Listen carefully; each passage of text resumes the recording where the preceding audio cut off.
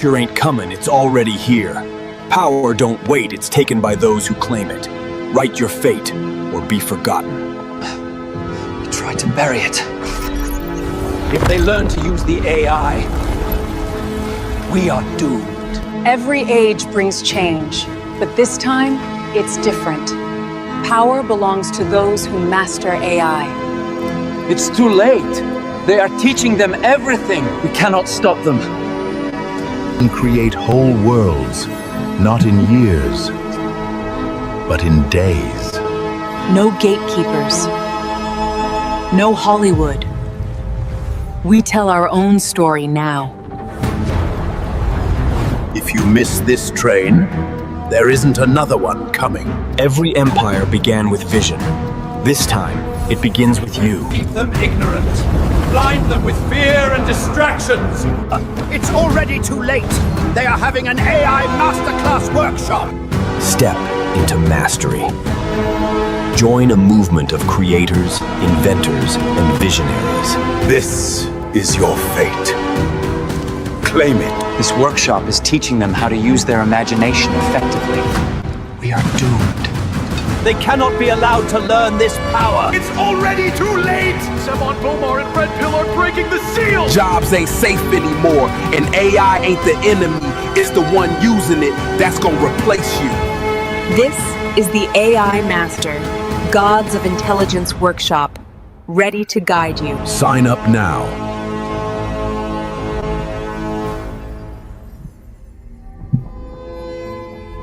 All right. Make sure y'all click that link in the chat for the most anticipated, thought-provoking, necessary workshop in existence right now, family. AI Master Gods of Intelligence workshop. Talk more about it later on. But for now, let's get to the show. Real quick before I bring on my guest, if you're tuning in and you're noticing a name change on the channel, you're not imagining things. This isn't a bot channel. This is Brother Rich's actual channel. Thanks for posting it. Yeah. It's 363 Empire now. You know, we're on a new timeline, and things change in the new timeline. So you just got to listen to yourself. So one of the things that was necessary for me moving into this new thing, the shit is real. Like, I don't know if y'all thought we was joking, but the timeline thing is real. But one of the things that was necessary for me moving forward to be my authentic best version is to change the name of my channel, my business, things like that. If y'all notice, I also changed my name this year to Radiohead Rich. So there's been a lot of changes for me personally this year. And I look forward to tapping into the vibration of that change. But you are on Brother Rich channel. Anybody you know that's a little confused, let them know. Make sure you share the channel. Subscribe if you aren't subscribed. And with that being said, let's bring on our guest. Y'all seen this man many times on the channel. Amazing brother, amazing energy, amazing sense of humor, amazing wisdom. One of the blueprint for God Power Gods, none other than Dr. B. Sirius. Welcome back, brother. Hey man, honored to be here. You know, I was reminiscing. It's funny. I was in my front yard today, and I was with my daughter, and I don't know what it was. I started reminiscing about Blueprint for God Power. That was such a beautiful time for me in terms of just learning and information, and it was like a high. You know how you don't need drugs to get high. You could get high off of life and happiness and your passion. Such a wonderful time doing those two series with you and Billy, the Blueprint for God Power 1 and 2, man. Just wanted to say that. Yeah, it was an amazing time, and it was amazing space, and that shifted a lot of things for a lot of us. And maybe there'll still be a God Power 3. You know? Might be, right? It was a great way to close out the old paradigm and to close out the old timeline. A wonderful way. Wonderful way. Indeed. What's going on, Dr. B? What's going on? It's a beautiful time to be on the planet with all the new tools that we have. Yeah. The new mindset. And we're in fall now. And as we look at those trees, we see the trees are dropping their leaves. Yeah. And so those leaves were tools that the tree used for the spring and the summer to pick up sunlight, to pick up information from the cosmos. And notice in fall, when the season changes, certain trees, not all of them because you have evergreens, but most of the trees drop their leaves. Right. They let go of the tools that they used in the previous season. Preach. And the energy goes down into the tree, into the roots, where the energy from the sun has been stored. So that energy that is picked up all year with the leaves, it's gone down into the roots where it can be used throughout the winter, throughout the cold. We are like trees. You know, trees convert, you know, sunlight into, you know, minerals, into energy. We do the same thing. We convert sunlight into energy. See, we are biophotic or photovoltaic, where we turn light into energies. And in the fall, when we live in concert with the seasons, and when we follow the path of nature, we're following the path of least resistance. And we have to let go and leave the things that we were using to generate energy through the spring and the summer. We have to let that go. Those are our leaves. Beautiful. And our energy now is stored deep down in our core, which is the solar plexus. So the solar plexus is our inner sun. And that is the capacitor that holds on to all that information. And we must be very vigilant at this time to make sure that we're not attempting to keep those old leaves and hold on to those old habits and those old ways. Otherwise, we cease to grow and expand and express like we should. So going into fall, it's about letting go. Right. It's about releasing. It's about going into our core, getting into our true selves, and outwitting the devil, outwitting the old mindset, outwitting the things that would keep us stuck in an old timeline. Beautifully said, my brother. Definitely. I definitely resonate with the message, my brother.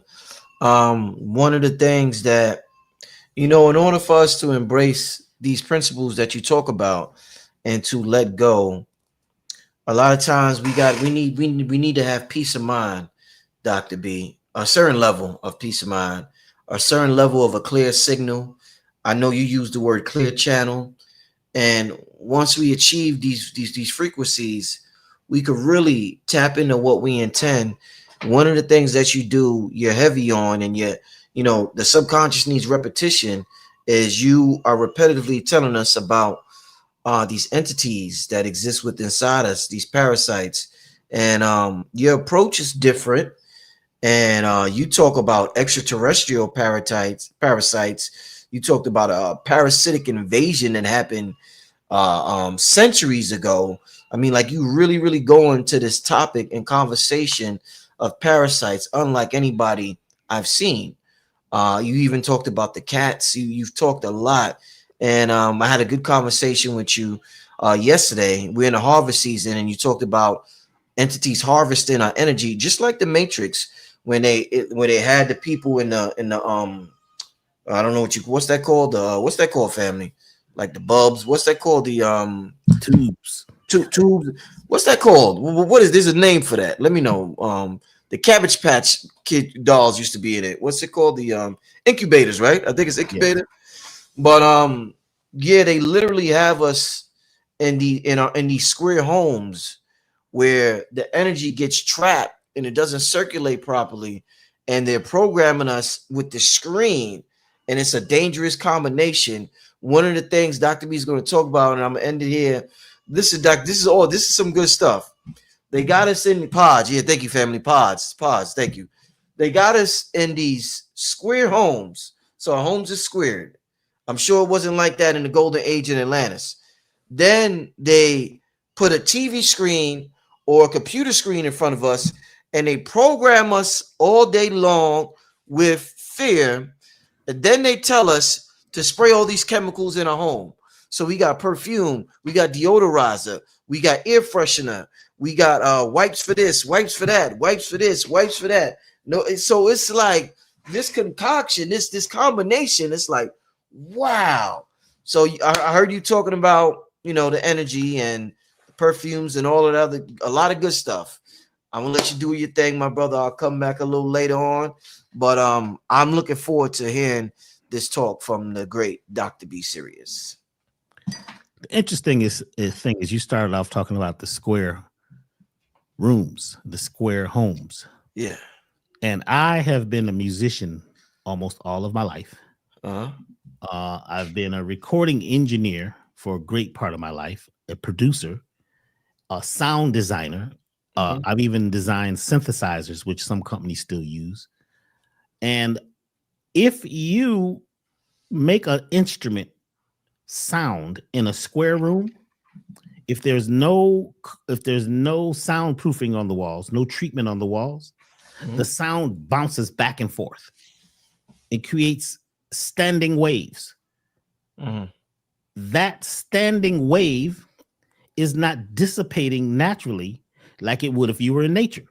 So if you clap your hands out in nature, it claps, you hear it, and it's like a smooth trail on the end of it. If you do that in the square room, it just bounces back and forth, and you have what you call an echo. That echo is not natural. That echo is something that is being created by the square room, which is not shaped like a womb. A womb is round. A baby would not develop correctly if it was in a square womb. So the word womb and room are connected. A room is a womb, but we're calling a room this square box, which boxes us in. It holds in our energy, and that energy repeats and echoes back and forth, and it causes us to never be able to express ourselves and expand ourselves naturally because it's too harsh. So even in the studio, we got to put all kinds of treatment in the room because what we're trying to do is make the walls disappear. Right. The best studio I've ever been in my life was round. The room was round. Oh man, the sound was amazing. And there's a place up in Malibu, California. Is it Malibu? No, it's not in Malibu. I forgot where it's at. Where they made this round room where you could go in there and make these sounds and you could play your instrument. The sound is amazing because that sound is sound. It's strong. It's got a foundation. Here's the big question. Since all of our homes back in the day, in the ancient times, were round and rooms were round like wombs, what would make us go along with square homes? What would make us do that? Then, because this is what I'm talking about now is, and it's going to get right down to the subject. The square room causes us to do what's called self-harm. We're hurting ourselves by living in boxes. We don't realize it. We think, oh man, this is great. This is a great home. But you're not living as long and you're not feeling as joyful and as natural in that square room. Then we buy all these products that are made from chemicals. I mean, toxic chemicals. I mean, why would we put all this stuff in a square room, in these square walls, use chemicals that say on the package that they will kill rats and roaches, which you know is really hard to kill rats and roaches. It'll kill them. Right? And we use it. We like it.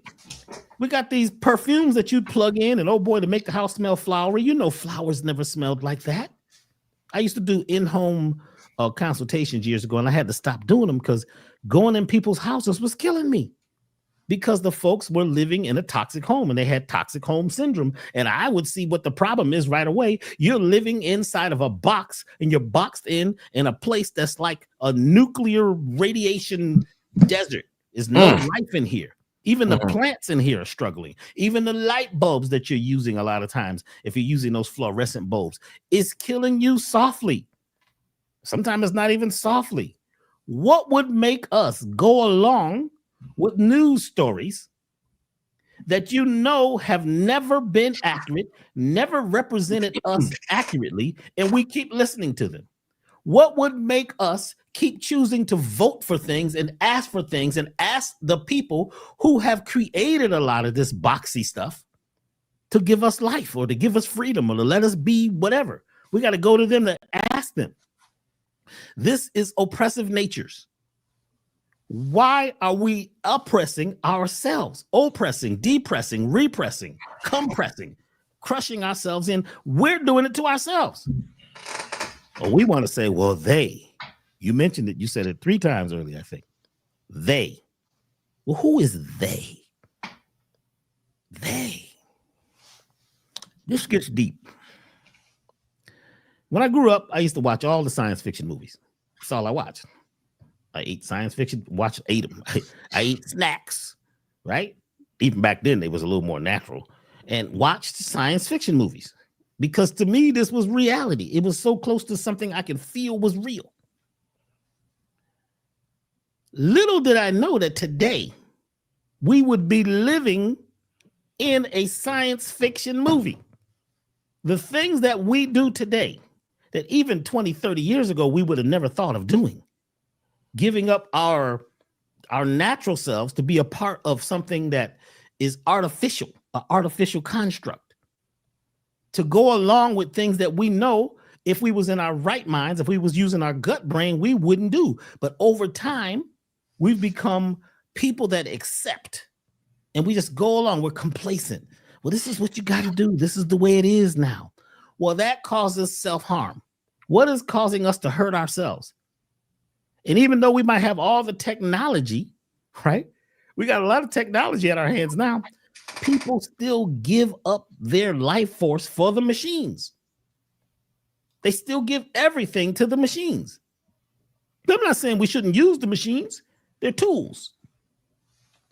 What is going on, and who is this they? Well, in 1996, we took our family. We went to Nassau, Barbados. The Bahamas, on a cruise, Carnival cruise. My parents had a 50th anniversary, and we got these tickets. And I remember the family got the tickets cheap. And you get these cheap tickets, you need to be careful. But I just know we get 3 tickets for the price of 1. We're going, man. We jumped on the boat, and a storm came, a hurricane. And the storm was so big that they had to leave Bahamas and go south. And the reason why they went south is because the storm was coming up north. So they put us all to bed, gave us free liquor and free pork chops. This is the truth. You get all the liquor and all the pork chops you want. I don't know about that combination. Why that? But people would sleep. And of course, I was fasting on the boat because there was not much I could eat. And I used to sit on the bow of the boat. So I'm not going to give you the whole story now because it will be out in my book, which is just about done now. But I sat on the bow of the boat and everything changed. I remember looking at the crew members on the boat, and they all had the life jackets on with the little blinking light. And when they wear that blinking light life jacket, that means they're about to be in the water. My father and my brother were both in the Navy. So I knew a lot about these things, right? When that life jacket is on, it's dangerous. It's to be ready.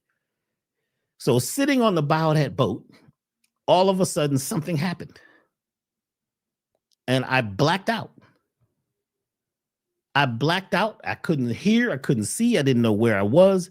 I blacked out for about maybe like 4 hours. And I was wearing a watch.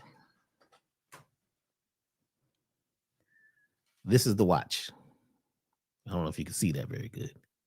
This is the actual watch I was wearing in September 1996. This was my favorite watch. It has the moon, it has the stars. This was a Citizen special watch by the company Citizen. I love this watch. The watch froze Right now, the watch is stuck at almost 125. You can't really see it well. It's stuck at 125.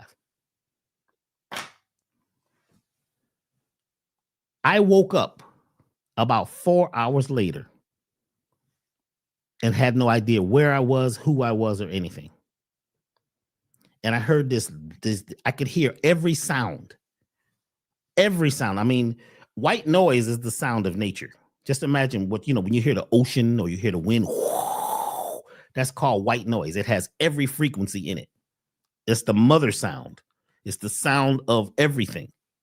All I could hear was that, but it was amplified hundreds of times in my ears. And in it, I could hear like voices and tones and its horns and these instruments. And it was crazy. And it was like chaos. It was almost much like the music of Sun Ra. If you ever go check out Sun Ra, the artist, they make every sound. This sounds like it's chaotic, but it's very ordered and very special because it's the sound of the orchestra, or the orchestra, or the sound of the cosmos. When I woke up, I was gone. Even though I was awake, I had lost it all. And I remember noticing the sun was coming up. The sun and the moon were coming up at the same time. And they were both huge. Like, I mean, hold your hands open like 2 feet. And that's how big they were, both at the same time. And the water was as smooth as a lake. This is the ocean now. It was no ripples. The sky, the clouds looked like rainbows. Like somebody took their fingers, like maybe the creator put their fingers in some paint and swirled it through the whole sky. I was gone. I didn't know what happened. I looked at my watch, and my watch said, as it says still to this moment, 1:25. Actually, 1:24. And from that point on, I had lost my mind. I just barely made it off the boat. And I remember everything was crazy. My family was looking at me, wondering what was going on. And I'm not going to give you all the details of that now because it's so deep. I can just tell you that I had no idea what happened during this 4-hour-ish time. And I still can't tell you to this day. What I can tell you is that I began to write these numbers on my hand. I took every pen, I would write with a pen. It was 2 sets of numbers, and I was writing it on the wall of my home, and I couldn't, sound, everything messed with me, and I kept smelling these smells that I'd never smelled before. I kept these feelings. My skin was like it was crawling, and I was screaming and crying, and I would sit on my floor, sweating, and I had lost it. I was gone. I knew that this was it. This was going to be the end of me. Now, at this time, I was an herbalist and a musician. I still was producing a lot of music, but I was producing more jazz and, music that actually helped people versus the music that actually sucks people's energy. And all these words and sounds were coming to me for weeks. I was basically a basket case. I couldn't go nowhere. I really wasn't eating. And I heard that this man was coming to town, and this was a weird sequence. That this woman came to my door, and we'll talk about her in the book. But when she came to my door, and she, I had known her because she was a client, and she gave me this handwritten note, and she says, "Go see this man. He's coming to town." And I couldn't even talk to her. She just hands me this note, and I threw it on my bed or something, and just left it there for weeks. And finally, one day, something told me to read the letter, and it said, "Go to this address, to this place." And I went to this address, to this place, and this man was doing a lecture, and his name was Dr. Kweku Ando. I don't know if any of you have heard of him. One of the greatest botanists ever. Also, he's a Dogon priest. So he's deep into the cosmic studies and cosmography, all of that stuff. This guy is heavy. He was Jimmy Carter's botanist for a while. He was known all over the world. And he's doing the lecture. And at the end of his lecture, because something happened during the lecture, which I won't tell you now, but something happens in the lecture where I snap and start screaming in this public lecture. And I'm running out of the door to leave this place because it's too much energy. And Dr. Ando yells out, he says, "Dr. B, don't you leave without talking to me." I'm like, what's this guy know me? And people were like, Dr. B, you know this guy? And I'm like, I'm a basket case. I'm shaking, I'm shivering, I'm crying. People, they all know now. People have heard that I had snapped and I lost it. And Dr. Ando comes over to me, busts through the crowd because he was signing autographs and things. And he comes through and he grabs me. And he says, man, you really do exist. We didn't know that you actually exist, but you are part of the prophecy. I'm like, what prophecy? What are you talking about? I'm a basket case. Never mind a prophecy. And what it transpires after that, within the next few days, after talking to him several times, that is amazing too. The conversations that I listened, because I couldn't talk, I just listened to the man. And basically, that's when I got the name Dr. B Sirius, because I was known as Dr. B, even in music, because I was the person that would doctor up your tracks, your music. I was the music doctor, you see. And he said, once he talked to me and taught me a little more about what was happening to me, he says, you are from Sirius. And he says that you are not a regular human being. And everything that you've been through is a part of you learning how to step into these boots. And you are here as the parasite killer, or the parasite. He didn't say killer. He used another word. I can't even remember what it was. But I was the person who was here to close up a gap in the space that we were in that allowed these beings, which were parasitic beings from other realms, it's many different ones, to come to the planet. And I needed to be here at a special time, right? That was going to help eradicate these beings. And I'm like, well, what beings? Because, I was into the science fiction stuff. And he started breaking down all these different beings. He says, but the ones, he says, there's ones that are here to help us, but there are also some that use us as a host. They're parasitic. He says, one group lives on the other side of the moon. And they've been here for about 6,000 years. They live on the backside of the moon and in the ocean. There's areas of the ocean, they don't know what's in the ocean. They keep telling you how big the ocean is and what they don't know. I heard the scientists say, well, we've only discovered maybe 10% of what's in the ocean. How could you tell me how much you've discovered if you haven't discovered the whole ocean? They always try to tell you, well, we know, and they've got this talk, 10% of the ocean. How big is the ocean? They don't know, because this ocean so deep, nothing can go down there. You remember the little submarine that went down there and popped open? Because there's so much pressure. So some of these beings, they said, live in the ocean. These are disagreeable beings, but they're not bad in the terms that we think. They are just parasitic. They use energy. Like mosquitoes aren't necessarily bad bugs. They just need blood, and you happen to have it. And you're out there, you don't have enough, vitamin B complex. So, the mosquitoes see you and they eat you. They're not necessarily bad. They're just hungry. These beings use your energy. They use disagreeable energy. They use anger, fear, sorrow, grief, sadness as their food. It makes like a vapor. When we are angry and upset, it makes a vapor. It's like a energy, like a miasma, like a smell, like an energetic field that we create when we're unhappy, when we're separated, when we're fighting. They drink that as their food. What? Yes.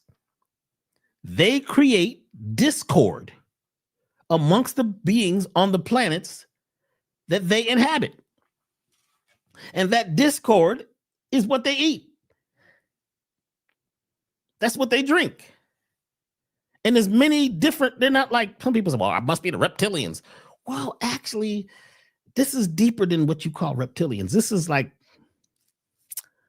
there are things that we can't even explain. There's beings that we can't explain. We can't put them in a certain classification. I was told that these beings had an Achilles heel. They came here about 6,000 years ago, because what happened about 6,000 years ago, See, we live on this calendar. There's a calendar called the Sidereal Day or the Sidereal Year, and it's a 26,000 year calendar. Actually, it's not exactly 26,000 because it swings. It expands and contracts between 24,000 and 26,000. It's the most accurate calendar. When we are close to the center, what the Mayans call Hanabku, we receive all the information that we need as beings to be safe, to be beautiful, to be together, to be in oneness, to have nothing but love. And we're telepathic. But during this calendar, right, imagine it's elliptical. After a point, we begin to drift away from the center. And for 13,000 years, we're drifting away from the center. When we're falling away from the center, they call that the fall of man. As we're falling away, we begin to lose our true cosmic consciousness, and we go into a type of a sleep. When we're at the furthest point away from the center of this, not the galaxy, but this calendar, they call it the Iron Age. And our blood changes from being based more in gold, a type of biological gold, to iron. We become iron-based.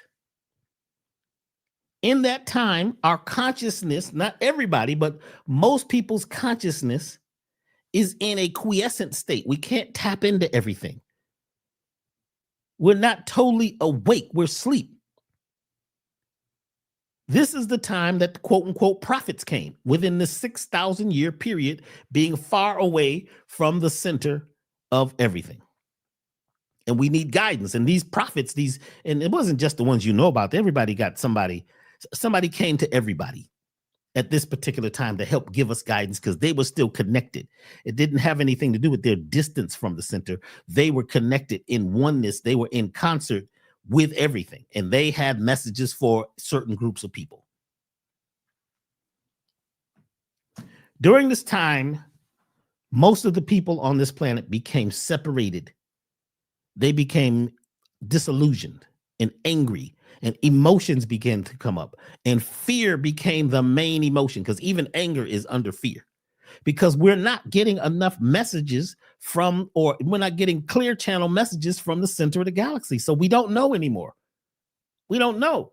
So we even tribes we talk about how, the tribes began to become separate. The earth changed. The vibration of the planet slowed down. Everything changed because we're so far from the center or far from the source. That 6,000 year period was the time when everybody became fractured. Some people want to say the energy was low. Actually, it's just fractured. It's not cohesive. It's weak. The radio station is far away. When we used to have radio, you get far away from a radio station and you still could hear the music or whatever, but it was staticky because you were at the edge, the boundary of where that radio station could reach. So we were still receiving information, but it wasn't strong. Well, guess what? We recently just came out of the 6,000 year period, and we entered something called the photon belt, or the photon band or belt, where every 13,000 years on this cycle, we go through this cloud, right? And this cloud is nothing but biophotons. It's like light, living light creatures. And they begin to feed us and bathe us and wake us up because we've been in darkness. We've been in this deep place for a long time. During the 6,000 year period, we were not able to be as alert as we were. So because we were in the fall of man, these beings came from another place because they know how to sense when a planet or a people or beings are going through this fractured time, and come in and take over. And there was another group of beings, from what I understand, that were here before that when things got deep, they left. They knew these other beings were coming, or there was a war.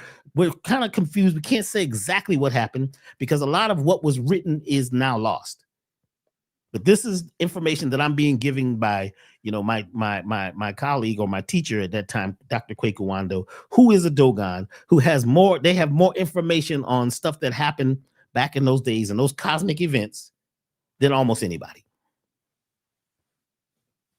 They say at that time, we became like slaves. Our consciousness dropped.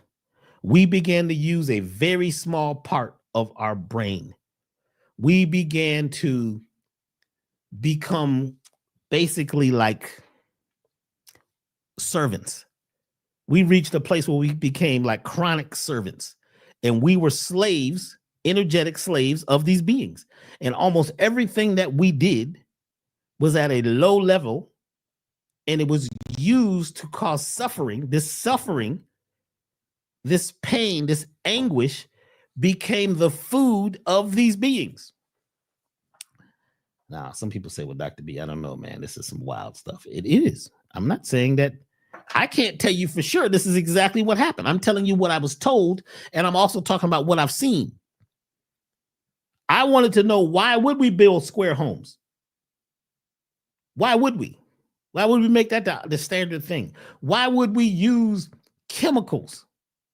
Why would we eat food that is not natural? Why would we move away from the earth? What would make us slowly begin to agree with things that don't even make any sense? Because for a long time, we lost our minds.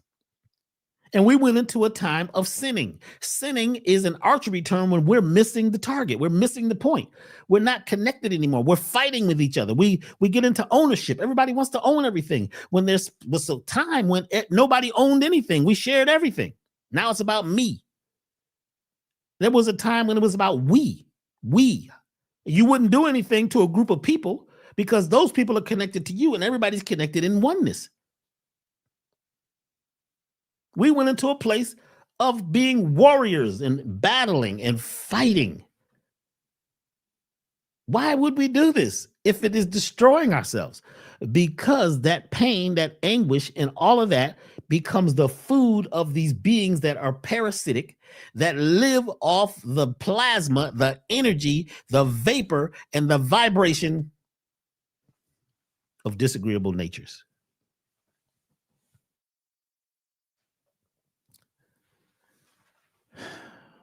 I asked Dr. Ando, what have I got to do with this? They said, Dr. B, you are working on a formula. At that time, I wasn't working on anything. I had snapped. It's been like a month since I'd done anything to do with any herbs and anything. Well, I found out that unbeknownst to me, I used to do lectures at this place called The Good Life every Tuesday and every Saturday. I unknowingly went to The Good Life during this period of time. This is outside of my memory, and did a 3.5-hour lecture about parasites.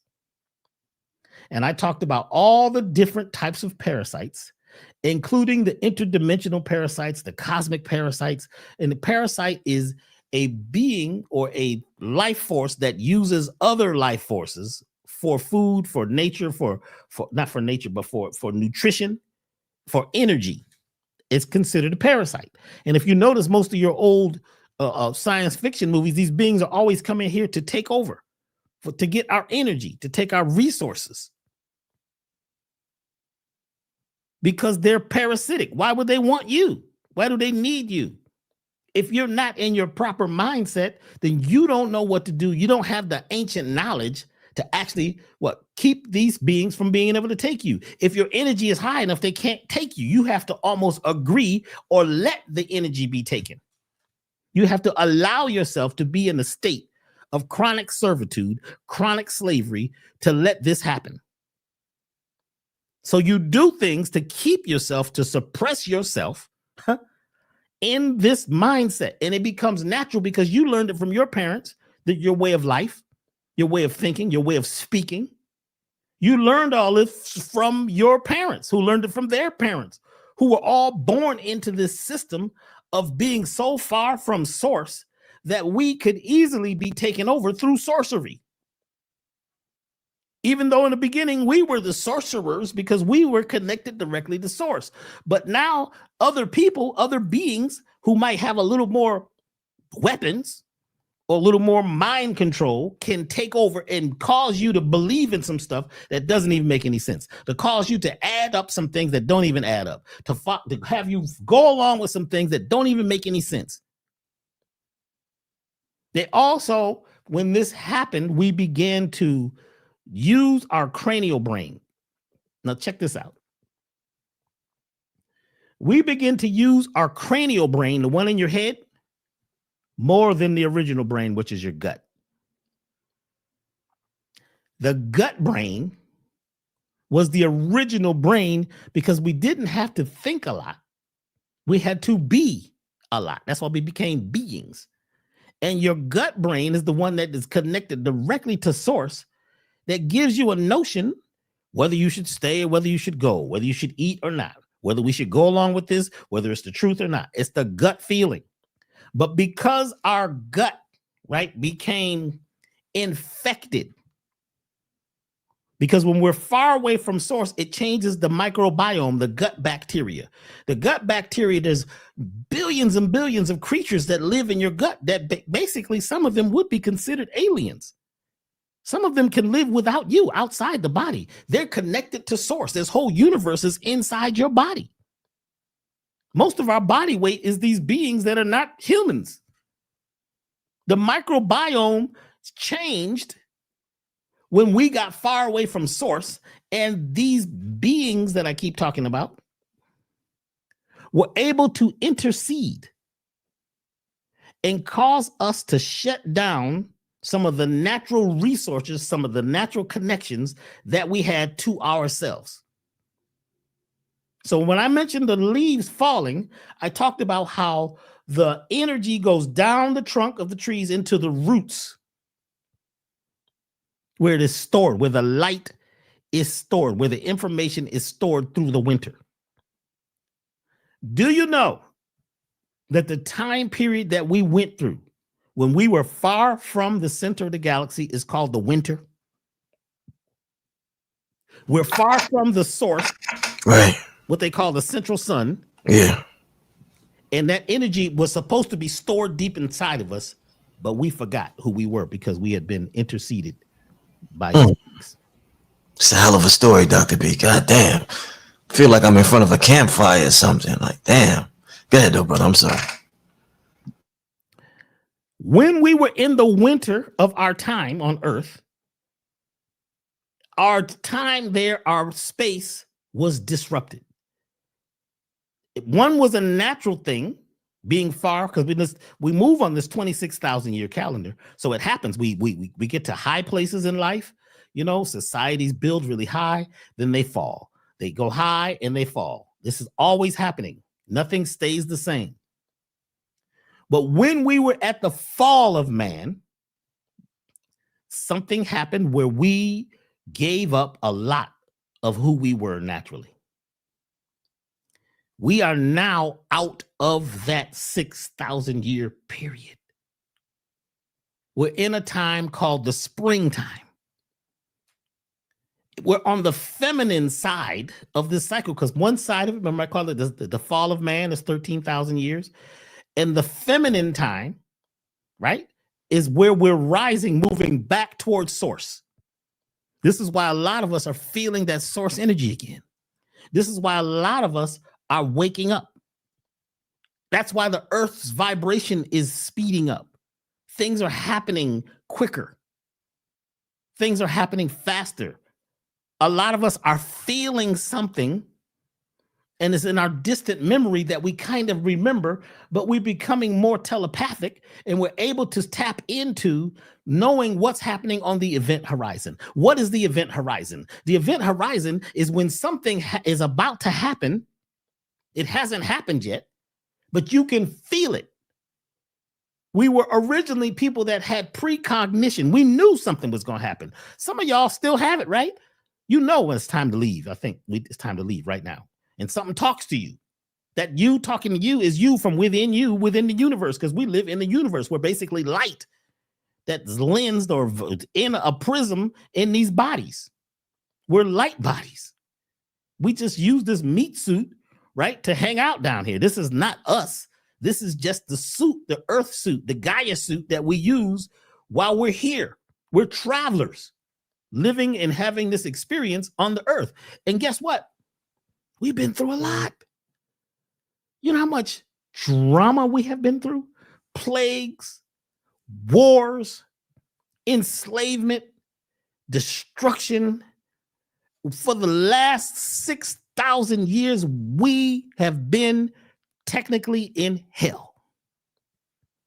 And it was challenging to create heaven out of hell. But we made it, didn't we? So if you're here right now and you've been through all this, you are a winner. But if you don't know you're a winner and you've been a follower and you've been waiting to be saved, waiting for the prophets to come back, there ain't no prophets coming. You got to be prophetic yourself. Waiting to hear the news about what's finna happen. They always tell you about what's going to happen. You are such a powerful being that you have the ability to know something before it's happening. Some of us are tapped in right now, but during the 6,000 year period, we used a lot of tools that actually hurt us. We took on a lot of ways and habits. We did a lot just to survive. We talk about dog eat dog. I mean, dogs don't even eat dogs, but it's, you know what I'm saying? We talk about each other really bad. We learned this. This is a learned thing. We throw shade at each other. It's all about competition. And I'm not saying competition is bad because there's a healthy amount of competition. What we're talking about is where you're competing with your better self, where you argue for your own weakness and you agree that you are a victim. But technically, now I need you to hear me now. You're only a victim if you agree to be a victim. These beings that came to the planet could only take us if we allowed ourselves to be taken. Because you could vibrate to a frequency that they couldn't touch you. But most people couldn't remember the frequency because they were so much in their cranial brain. And the reason why you developed your cranial brain, because it was all about survival. I got to eat. I got to find food. I got to think. I got to strategize. It's about me. It's about my family. So your cranial brain became stronger, where your gut brain became weaker. The gut brain would naturally move you towards water. Water's over there. Fruit is over here. The food just grew if you were around the equator. You didn't have to, go and struggle and strategize and make farms and things. Everything was just natural. We were in the Garden of Eden, which was the earth. But we had to learn how to survive. And when you're in survival mode, it's impossible to be in thrive mode. We came through that. If you're here listening right now, you came through that. The only thing is we still carry some of the dross, some of the dust, some of the vapor of a time when we were in hell. How do we wake up? That's the thing that I came here for, to help people wake up. I found out who I was by being taken. I was taken. I don't know where I was taken. I know I was downloaded in 1996. And guess what? A lot of people were downloaded in 1996. Go back to 1996. There were so many deep things happening on the planet at 1996, because in 1996, whatever that vibration was, it was a wake-up call. Actually, let me tell you, the wake-up call actually started in 1987. When the appearance of supernova 1987A appeared in the sky, and the green light, because a green light comes from supernova 1987A, and it hit the earth, and it was like the wake-up call. Wake up, wake up, wake up, wake up. We're in the springtime.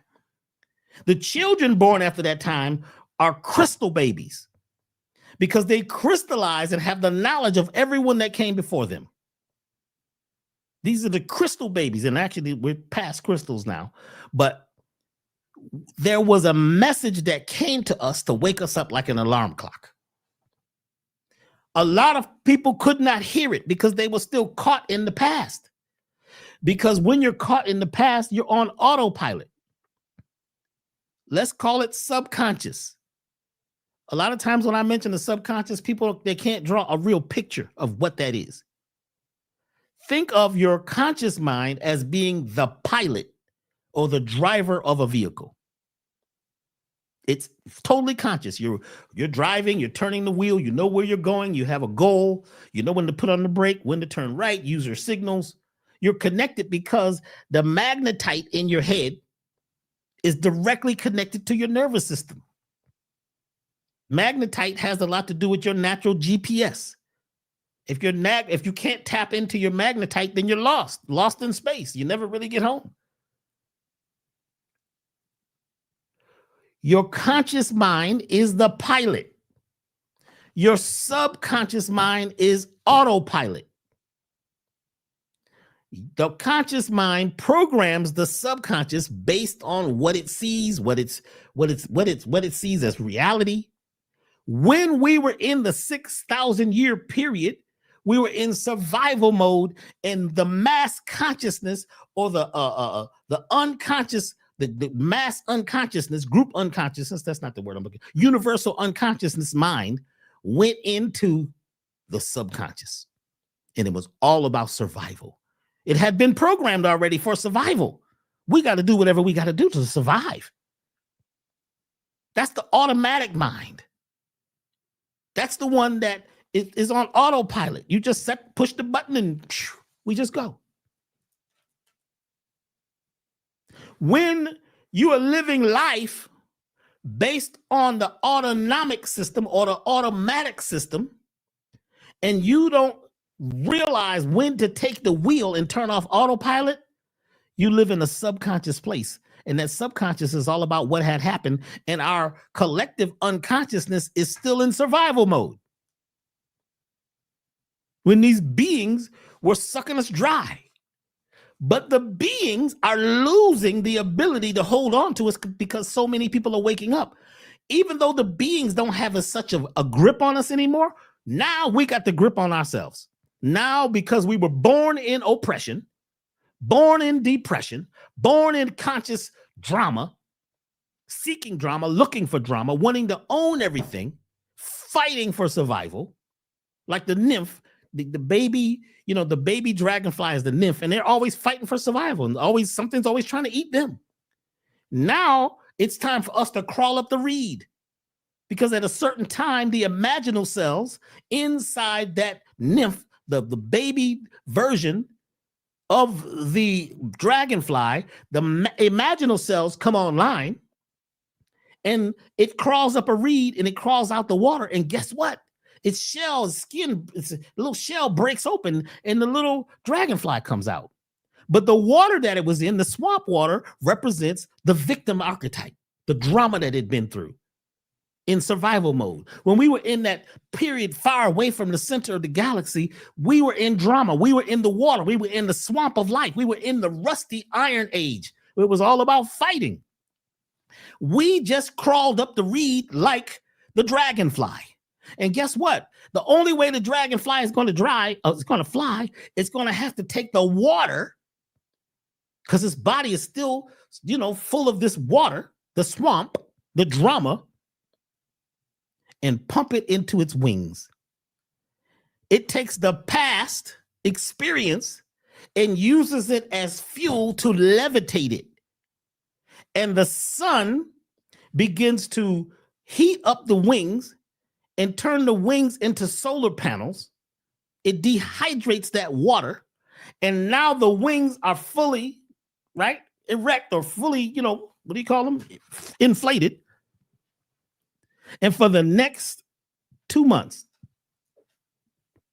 the dragonfly does nothing but make love and make more babies. We are in the period right now where we have crawled up the reed. We're out of the drama of the 6,000 year period. But most people still are wet with the water from the time period that we were in survival mode. So we're still fighting. We're under the influence. We're drunk. in automatic mode. We're drunk in subconscious survival. This is across the planet. And this is why you see so many people and so much fighting and so much dissonance and so much drama and so much disharmony going on every day. We're fighting with ourselves. And we can talk about what the world is doing, what they did. Because if you go, oh yeah, another thing, let me before I even go any further. One of the first things that Dr. Ando told me, he said, I need you to go watch the movie They Live. I want you to watch it. It is actually a documentary. Have y'all seen the movie They Live? Brother Rich, you seen the movie They Live? Brother Rich? Yes, I've seen it. Yes. What's the longest scene in the movie They Live? I don't remember. I do not remember. It's a fight scene. It's the one with Roddy Piper, right? Roddy Piper. Yeah. It's a fight scene where the one guy has found the glasses that you put on that show you reality. And when you put these glasses on, the people that you thought were your friends and people in the neighborhood and all that, a lot of them are these alien, ugly creatures. And the billboards that said drink and be happy and go to the beach, they said obey, procreate. When you put the glasses on, you saw the reality of what had happened, that we had been taken over by these alien creatures that suck the energy and use the energy of the people and keep the people in pain and war. And here we are, we're in super consumer mode, buying, but we don't even really produce like we used to. We just want to push a button and let it do the production. So in the movie They Live, the one guy who has the glasses and wants his friend to put the glasses on, the friend don't want to put the glasses on. He says, man, I got a job. I got credit cards. I got a family. I got a new car. I got to pay my bills. And they fight. It's the longest scene in the movie. And when the guy who has the glasses finally knocks out the guy who don't have the who don't want to wear the glasses because he's fighting to stay into his old self. He's fighting to stay the way he was. He's in his automatic subconscious mind, which is about survival. He's not thinking about creating something new, being somebody else and changing the world. He doesn't want to do that. So finally, the guy who has the glasses puts them on the brother. And when the brother wakes up, he has the glasses on. He says, oh, shit. And he sees the world for what it really is. And after you put the glasses on, you can't take them off. You start seeing this. You're like, whoa. And you see that there's these beings being beamed back and forth to these planets, and they use their watch.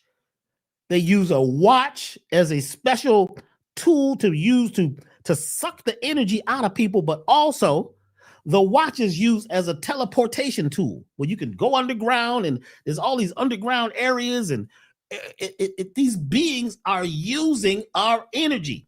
And Dr. Ando said that this is the closest thing to reality. Watch the movie. It's an old movie, the movie, the whole, the soundtrack is really funny because the whole soundtrack is dun, dun, dun. That's the whole soundtrack. Dun, dun, dun. And you're like, man, they're going to change the music like other movies? No, they're trying to let you know that these repeating tones are causing you to be tone deaf, and they're causing to keep you in sleep. The music itself, everything about that movie is trying to let you know what this occupation is about.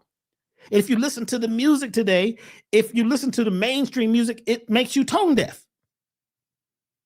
The frequencies, the rhythms, and everything. Everybody wants to sound like everybody else. Everybody's in competition. Everybody wants to, it's like it ain't even really nothing new happening. Unless you go into now, of course, on YouTube and other places, you've got some musicians and creators and people who are really doing some really great stuff right now. But they're not in the mainstream. That's not what they're advertising. That's not what they're pushing. What they're pushing is stuff that keeps you dead. From the colognes to the products you use to clean your house. Some of the vehicles that you choose to drive that I don't know why you would choose to drive this car. Are you You have to be brain dead, and the average person is brain dead, so their cranial brain is only working 5% of the time. Their gut brain, right, the gut bacteria is all dried up, and they're speaking the language of disempowerment because they were taught at a time during the occupation, and they were taught by the occupiers to be preoccupied on nothing. What's the old statement? They say people love the devil because the devil gives you nothing. Half of what you got right now is nothing. It was developed during a time when we were under occupation. But guess what? The ones who were under occupying us, or those who were occupying us, most of them are gone. But they live in their creation. The product or the creation was the mindset of people who act and live just like them. So a lot of the people on the planet now, they are creating the spell. They are spellbound. Some of your family not going to listen to you. One will be taken, one will be, one will disappear. What's this, something from the Bible? I can't even remember what it says. People are being taken. People are being awakened. But a lot of times what you want to do is go tell all your friends. You need to tell everybody what you just learned. What I'm talking about right now, a lot of y'all going to go try to tell folks, and people going to look at you like, man, you crazy. That guy, Dr. B, is nuts. I heard he used to hang out with George Clinton and them. They was into some weird stuff. George Clinton was on some stuff. Prince was on some stuff. Hendrix was on some stuff. They was on some deep stuff. And, Bob Marley, there were a lot of artists who were attempting to wake you up. They were using frequencies, right? Musical frequencies and sounds and rhythms and motifs that actually wake you up. John Coltrane, Alice Coltrane, a lot of the jazz musicians. But we went into a time where music became very programmed. Even rap in the beginning was about something. That was the revolution of African people. But we want to go along with what's happening because then we got to the point where money rules everything around you. It's all about the money, all about what it costs and what it's worth. And our value system got funny. And we began to eat each other alive. We still do it because we are still in the miasma. We're still in the vapor of that time. And we're going to have to wake our asses up right now. Otherwise, we're done. And you only got a short period of time to do this. The energy that begins to take another level, we go up what we call an octave, starts right now. First of all, between now, we just went through this particular equinox. Do you know that between now and real Christmas, everything changes? And between the end of this, what we call year, and 2027, there's a whole polar harmonic flip. It started in 1987, the wake-up call. But folks have been so asleep. They have been so programmed that the enemy that was out there is now inside us. The enemy is within. The enemy don't even have to be here now because the new issue is us within us. And we keep looking out, talking about what they did and what they made us do. And what are you doing? A lot of times because, when you've been occupied, when you've been oppressed, you become like the oppressor because you were born in a world of oppression and that's how you live. When you live in Rome, do like the Romans. And we keep looking at these people trying to talk about, listen, most of the talk is about what they're doing. Look what they did. Look at them. You got your belief system and everybody else's belief system is wrong. Your song is great. This whole thing about the greatest, the GOAT. Where did this talk come from? Who's the greatest rapper of all times? Oh, it was Tupac. Oh, it's this person. Well, you don't even know the greatest rapper because the greatest rapper might not be famous. But we have this language. We want to watch what the stars are doing, what the entertainers are doing. And they're all set up and programmed because of money, because once you start making it about the money, all of a sudden the artistry begins to leave because it's about the money. And when you're controlled by the money, you are not being controlled by your true, authentic self. It's about that money. Believe me, I know. I have many gold records and platinum records in the music business, golden reel awards. I got golden engineering awards. I was one of the leaders of West Coast hip hop. And when I went through whatever I went through, I had to leave everything. I had to walk away from the control of the hidden hands. And the hidden hands sometimes look just like you. And let me tell you something. The people, they live the hidden hands. Some of them talk just like you. They know the conscious talk. Oh, I'm a vegan. And they got locks and they got their heads wrapped up, right?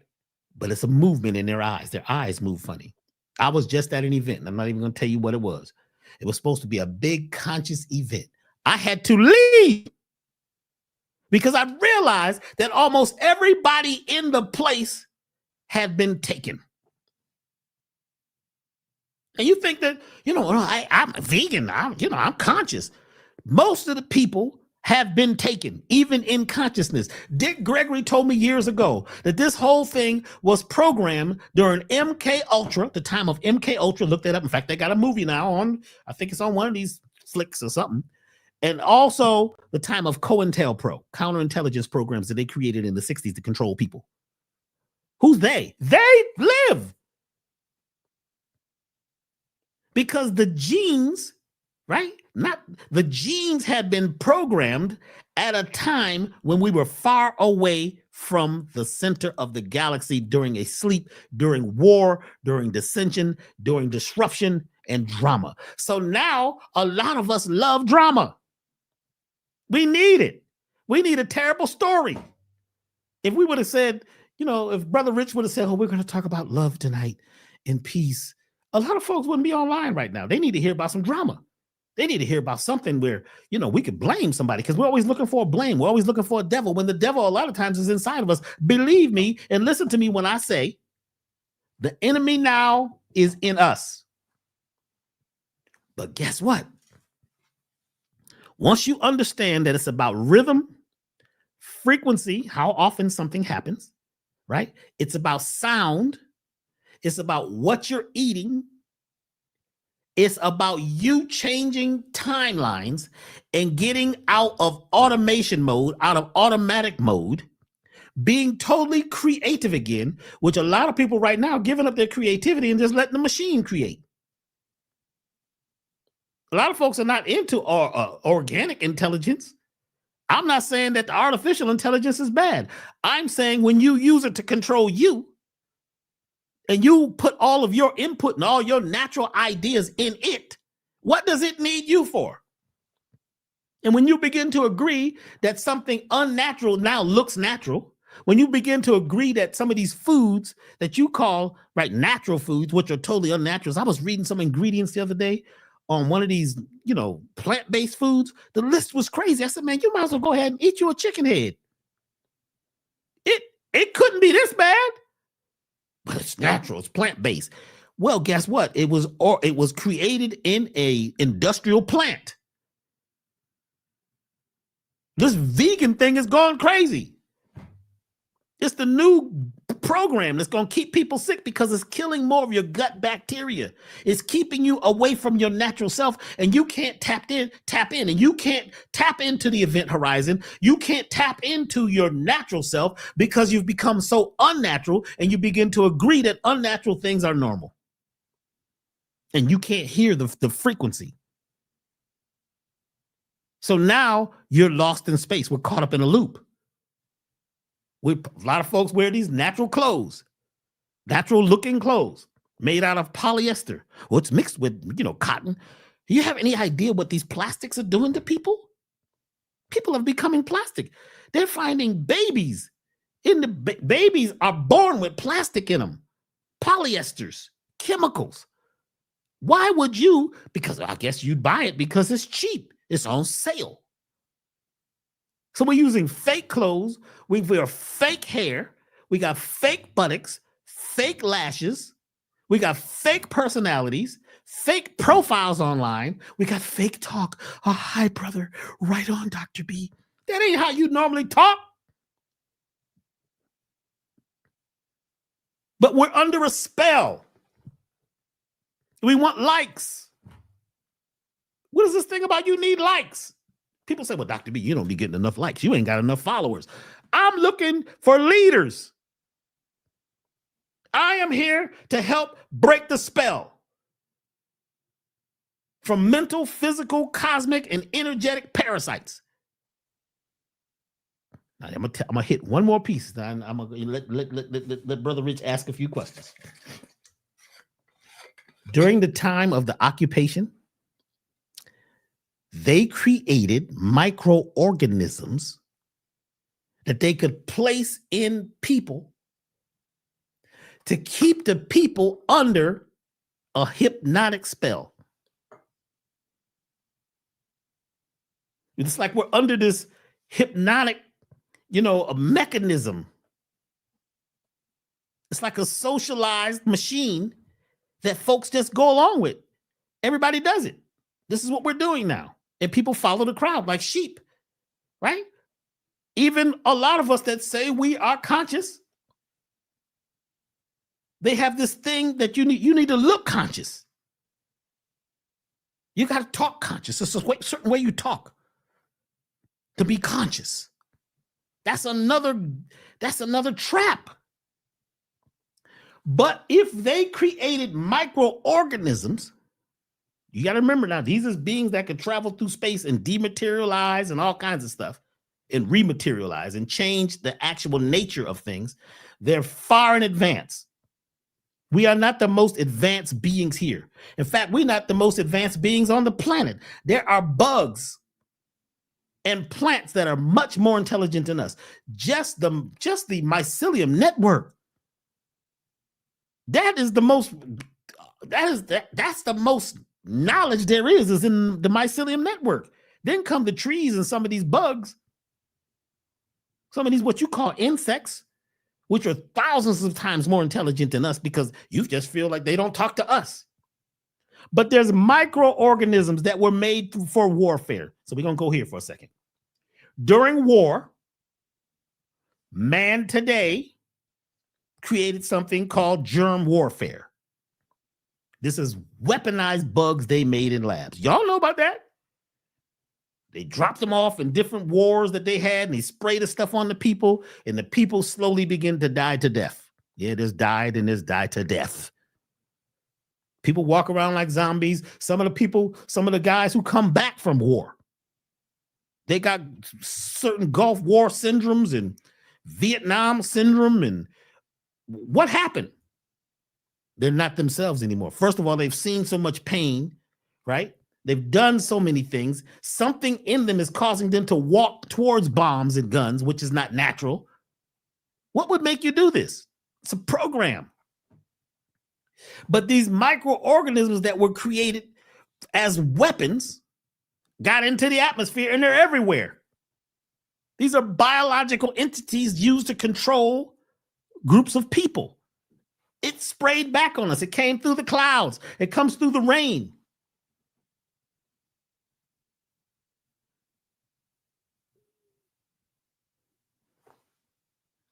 These organisms that we call parasites are controlling us from within. A lot of folks say, well, Dr. B, I'm not worried because I got my parasite cleanse.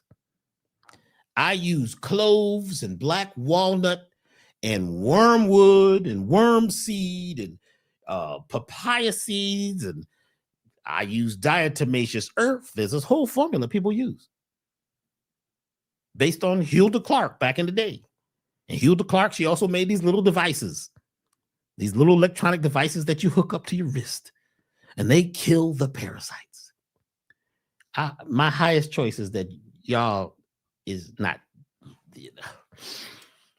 let me be careful how I say this. The bugs that stuff kills are not the bugs that's going to take you. They're not the ones that are the most detrimental. Those are parasites in your colon and in your digestive tract. Those are your common parasites. Yes, you can kill them in about a week. They are not the ones that are going to take you and own you and keep you subservient and to keep your emotions all over the place. The ones we're talking about are systemic parasites and superbugs. Some of them are not from this world. They were created by these beings. And somebody says, well, what's their name? I'm not saying it, because by saying their names, I bring them. I can just tell you that collectively they call them Wetiko. It's a group of beings that have taken down every society since the beginning, except the Mayans. They say the Mayans and I think another one, the Nubians. They say they left.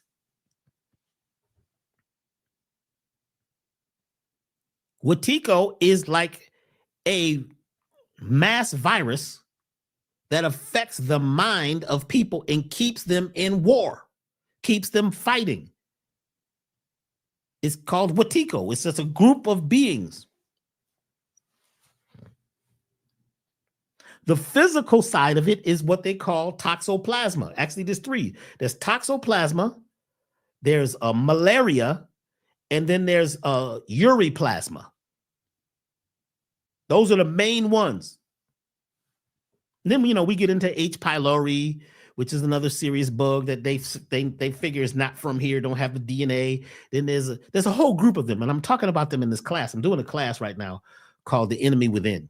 In fact, it's on YouTube. Go on YouTube and type in The Enemy Within with Dr. B. And we did class 1 2 weeks ago. Last week we did class 2. This Saturday we're doing class 3, and it's a four part class, and it's free. It's on YouTube. Go check it out. The Enemy Within. So listen to me. A lot of people say, well, I got the herbs to kill the parasites. I learned early on that these things, these beings know that you're going to use these things that actually strengthens them. It kills the weak bugs, but it makes the super bugs and the systemic parasites stronger. How are you going to kill the parasite in your brain? I'd like to know. You can eat all the pumpkin seeds you want. How are you going to get rid of or shut down or turn off the parasite in your head called toxoplasma, which has you doing self-harm, causes you to be slightly schizophrenic, because the average person today is slightly schizophrenic. Look up the definition of schizophrenia. That your ego tells you, I don't have it. I got my herbs, Dr. B. Well, take them. I ain't trying to get you to take these herbs. I'm telling you that the herbs alone can't do it.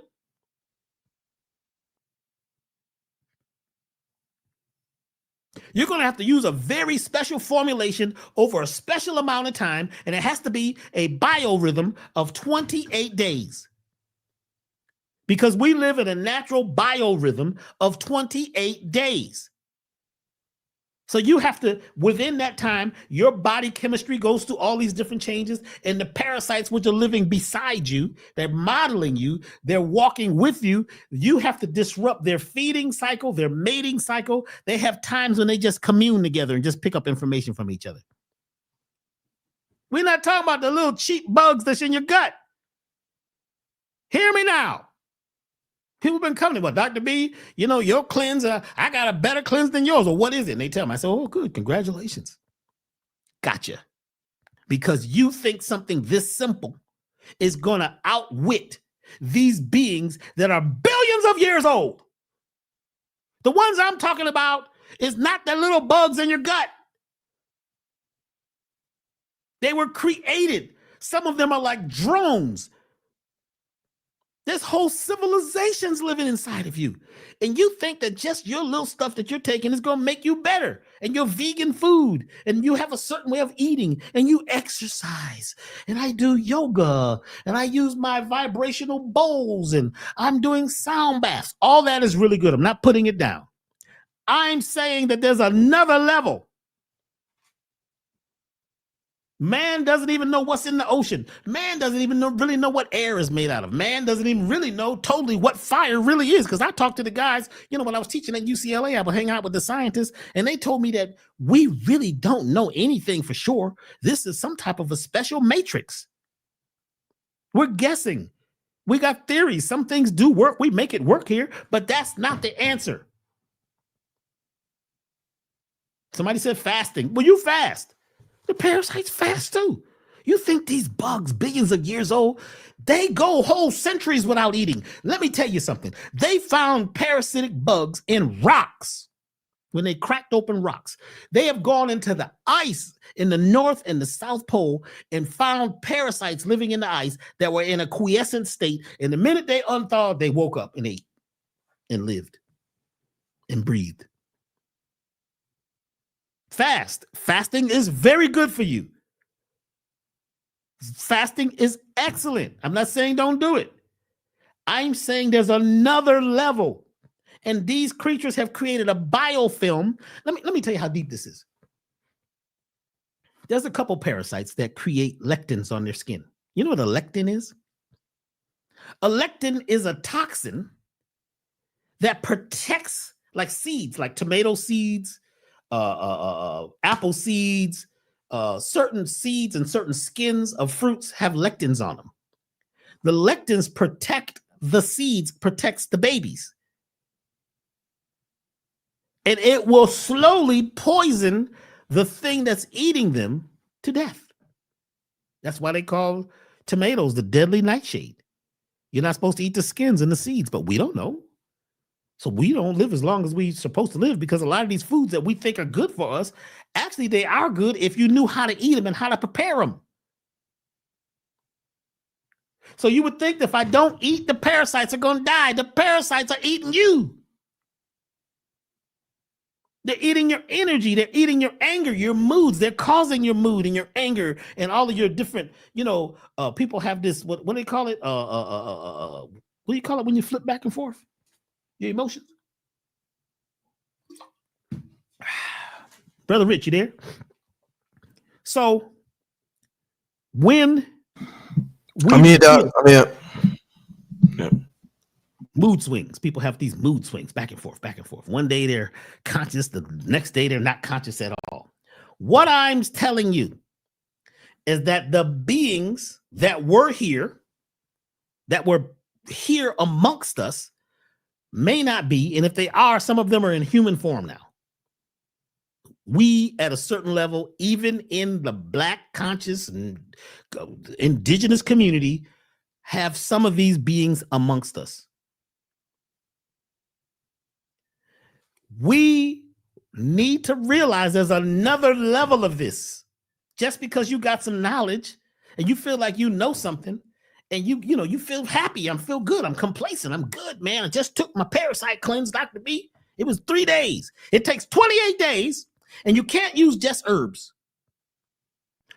First of all, the herbs that you got to use, most of them you can't even find them and don't even know them. You don't even know the herbs that really deal with some of these parasites that come from all over the world. You got to use the herbs from that part of the world. Somebody told me the other day they use an olive leaf. Which olive leaf are you using? Because the only olive leaf that's been proven to really have the high effectivity is the olive leaf from Morocco. Is your olive oil from Morocco? No, man, that stuff costs $50 a bottle. That's why. A lot of your health products got canola oil. Why would you be using canola oil? You don't know nothing if you're using canola, because it fries your brain. It fries your gut. But it's natural. It's at the natural store. The natural store is mostly unnatural. They even got fluorescent lights in there. You should know. And if your health food store got fluorescent lights, that stuff in that store is poison just from the light frequency. So you're going to have to realize what light frequencies you got to have on your product. Where did it grow? When did it grow? Who picked it? Not only that, there's certain essential oils you're going to need to use. Not the cheap ones. I see these big, huge bottles of essential oils for $19. You get this huge bottle. There's special essential oils you're going to need to use. There's also flower essences. There's also water and minerals that you're going to need. We use this water that comes from the Great Barrier Reef, or these minerals from the Great Barrier Reef. They're still highly electric. You're also going to have to infuse sound frequencies into your cleansing program. Who's doing this? I haven't met anybody who even has thought about this, because I was downloaded with a formulation in 1996. And guess what? I also learned that you have to change your formula every 3 months, because the biochemistry of your body is changing right now, because we just went into fall. So you have to change the arrangement of the oils, the flowers, the electricity, the energy, the light. Did you know that the place where you make your herbs, the pots you cook them in, are very specific? We use these pots that are from China that have different metals in them. And when we put the herbs in the formula in the pots begin to hum. Because you got to put sound into the product. I learned all this because I went through something. I had to save my life and try to help my family. When I learned about this, I went deep. Everybody now is an herbalist, and that's great. Thank you. Congratulations. A lot of people are into herbs, a lot of people eating better, but there is another level. You got to learn alchemy so that your formulation is not strengthening they and the superbugs and the systemic parasites. And that's why I created that program called the Elevated Total Body Program. There's none on the planet like it. You can test it. People have taken it in the lab and tested it. So Dr. B, what is this? And I put a little of the regular herbs that y'all want to see. You want to see black walnut. I put them in there because some folks not going to believe it works, because their mind is connected to their belief system and things work based on their memory. So we created this program which helps people break the spell. It's not technically just a parasite cleanse. It deals with entities, mental, physical, and spiritual parasites. What is a mental parasite? That's your own mind. That's your own mindset. Those are ideas and feelings and emotions and experiences from the past that should be dead and gone, that are haunting you like a ghost. They're like hungry ghosts eating you alive in the moment. Mental parasites? Yes, and you got spiritual parasites. There's 3 herbs, or 3 things, I should say. 3 herbs, yeah, let's say it that way. 3 herbs and 2 elements that will actually help get rid of what they call spiritual parasites. I don't even hear anybody talking about them. A couple of them, they can't even pronounce them well in English. These are the herbs and the plants and the metals and the elements that were used for the people who didn't get taken over the last time Watiko came, because Watiko has a cycle. And right now we're in a solar cycle. So right now in this solar cycle we're in, the sun is changing its energy. We got high vibrations, low vibration, all these light frequencies. And what used to work don't work no more because everything has changed. So I'm constantly augmenting what we're making and what we're creating and what we're offering to the people, right? To go with the season. You can't use the same formula over and over because the parasites mutate, just like the stuff they use on farms, on crops. After a while, the bugs are back because the babies now eat the stuff that you used to use that killed their parents. So we changed the formulation. I'm asking you, if you're ready, go check out the class, The Enemy Within. Because the aliens that we talk about, these things, these entities are in us, and only we can get rid of them. And there's a whole process. There's a whole thing. And we have to look at the art of war. One of the premises of the art of war is the warrior who knows themselves and knows the enemy will win. The warrior that knows themselves and does not know the enemy will lose. The enemy, or the warrior that knows the enemy but doesn't know themselves, they might win the battle, but they won't win the war. In order to win the war, the warrior goes into war already winning and uses all the tools available to win, and they live in the winner's circle. You don't go and see if we're going to win. You don't take the herbs and say, Dr. B, do you think these herbs work? No, they don't work because you got to activate them. If you're in begmanship is when you're begging and hoping that this stuff is going to work. I hope this stuff works. It's not going to work because you got to meet it and activate it. It's activated by you. So when you take your herbs, you shake the bottle and you think the thought of what it is that you desire. So right now we have a chance for a timeline jump, and it's happening right now because we're in fall. This is the big jump, y'all. So, you saw you got these eclipses and these moons, and you see all these movements that's happening in the sky right now. All of a sudden, one after another, all these alignments. Why is this happening? Wake up, wake up, wake up, wake up, wake up. It's time to wake up, y'all. And if you're ready, I'm here to help. If you desire some assistance, there are some people on the planet right now that do know. But most of the information is not in the mainstream. And we get caught up with waiting for it to be on social media. And you think everything on social media is the truth. And the stuff that pulls your eye is the stuff that creates drama and trauma in you. And you're gravitating towards that. That says that you are a part of the system that was created by those overlords that programmed you to be in your undesirable non-self. Let's wake up and become warriors. And right now, we're doing a special.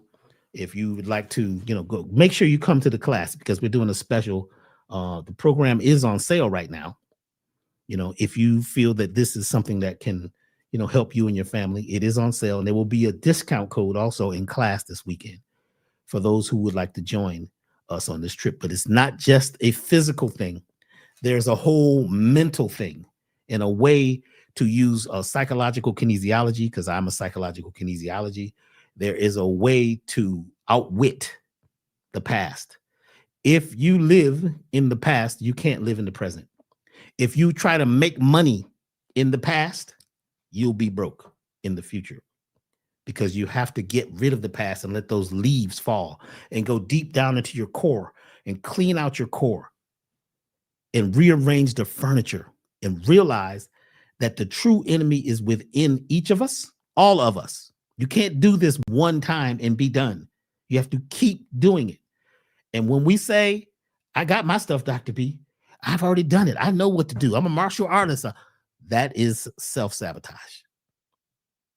There's things that are much deeper than we can even know. Our brains are tiny. The spectrum of what we can see, hear, and feel is very small. It's time to wake up. It's elevation time. Now, Brother Rich, you just let me go, man. What's happening, bro? You still there? Hey, man, I know you like to go off, man. I know you like to go off and you get into storytelling mode. And shit, if I say something, you might get Dick Gregory on me and tell me, shut up. Shut up. So I said, let me just be quiet and let Dr. B talk, because I know you channel Baba Gregory. But listen, let me what time is it? All right, yeah, I gotta go soon. I got about 15 more minutes. Let me ask you this, Doc. All right. Oh boy, great, amazing talk. Let me start by saying that. Let me ask you this. You talked about perfume. People put on perfume, Doc, to attract people, to smell good. And oftentimes, it does. Shit, you walk by a lady, she's smelling good, you be like, God damn, he's smelling good.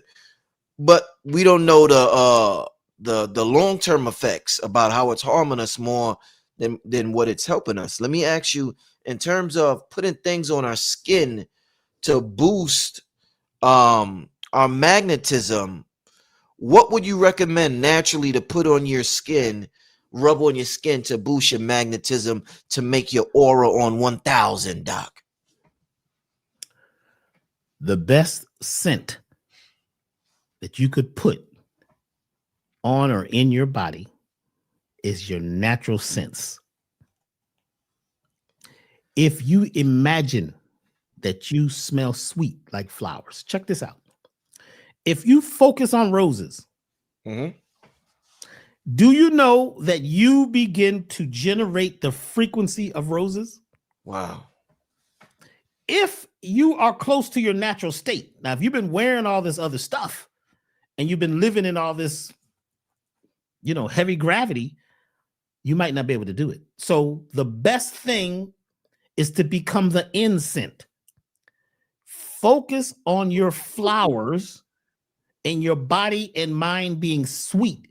What you say also creates the pheromones. What you think creates the pheromones, your smell. The best smell you could possibly have is the natural scent, because you eat a certain way, you think a certain way, and you live a certain way. And you know what I'm talking about, because certain people, they're not wearing anything from the outside. They just have this beautiful smell.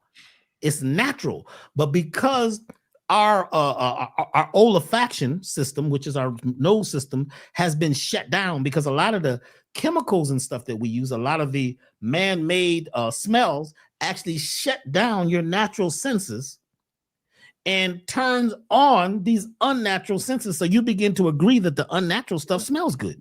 But actually, a lot of this stuff, and we talk about it in class, did you know a lot of these chemicals, a lot of these perfumes that really quote unquote smell good, you know what the base ingredient is in all of them? What? Rotten animal flesh, these glands around the buttocks of beavers and deer.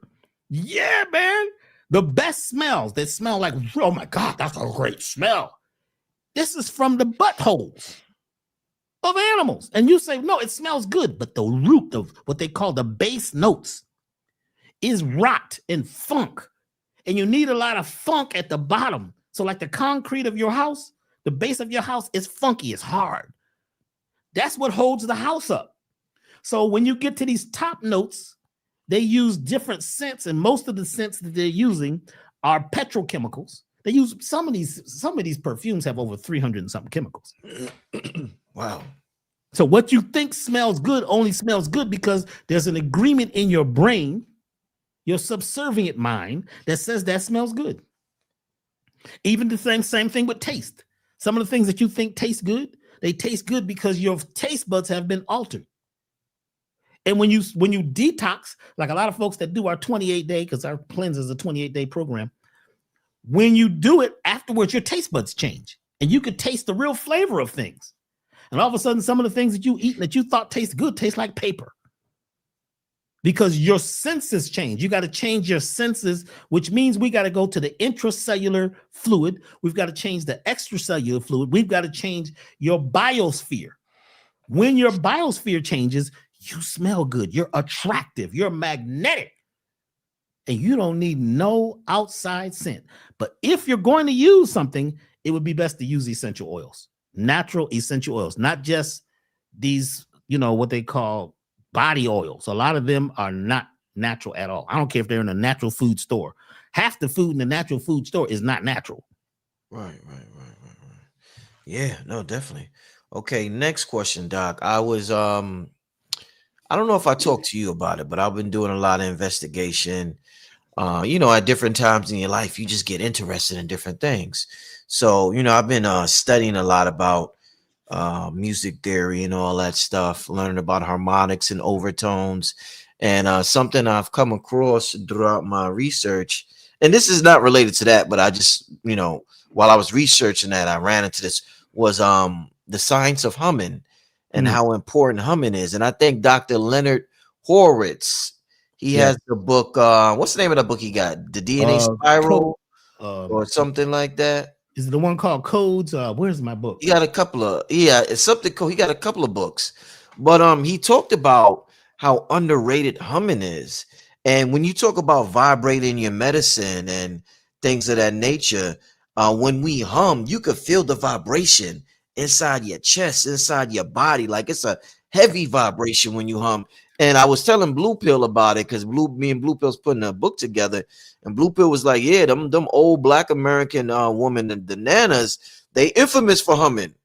You watch the old slave movies, they humming like a mud, Dr. B. They always humming. So can we talk a little bit about the science of humming? Humming is when you use your body as a resonator. You close your mouth because you have but if you close your mouth, you get you can feel that vibrate through your whole body. And And if you begin to hum, you begin to resonate, use your body as a resonator. And that resonator is picking up frequencies that are connected to it. So if I'm humming and you're humming and our frequencies are close, they make a third tone. You could take two notes of humming, right? Two different notes, and sing them at the right interval, and it makes a third harmonic note. You're doing something where you're taking one thing, mixing it with another thing, and creating something else.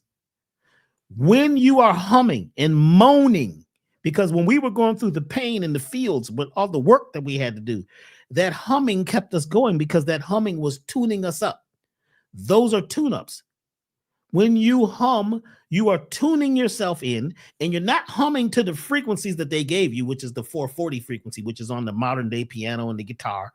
You're humming to the earth frequencies. So it connects you to the earth. It even turns down some of the pain receptors. The only way some of us were able to go through what we went through was to hum and moan. That's why you got a lot of artists today that, you know, they're not originally R&B or soul singers.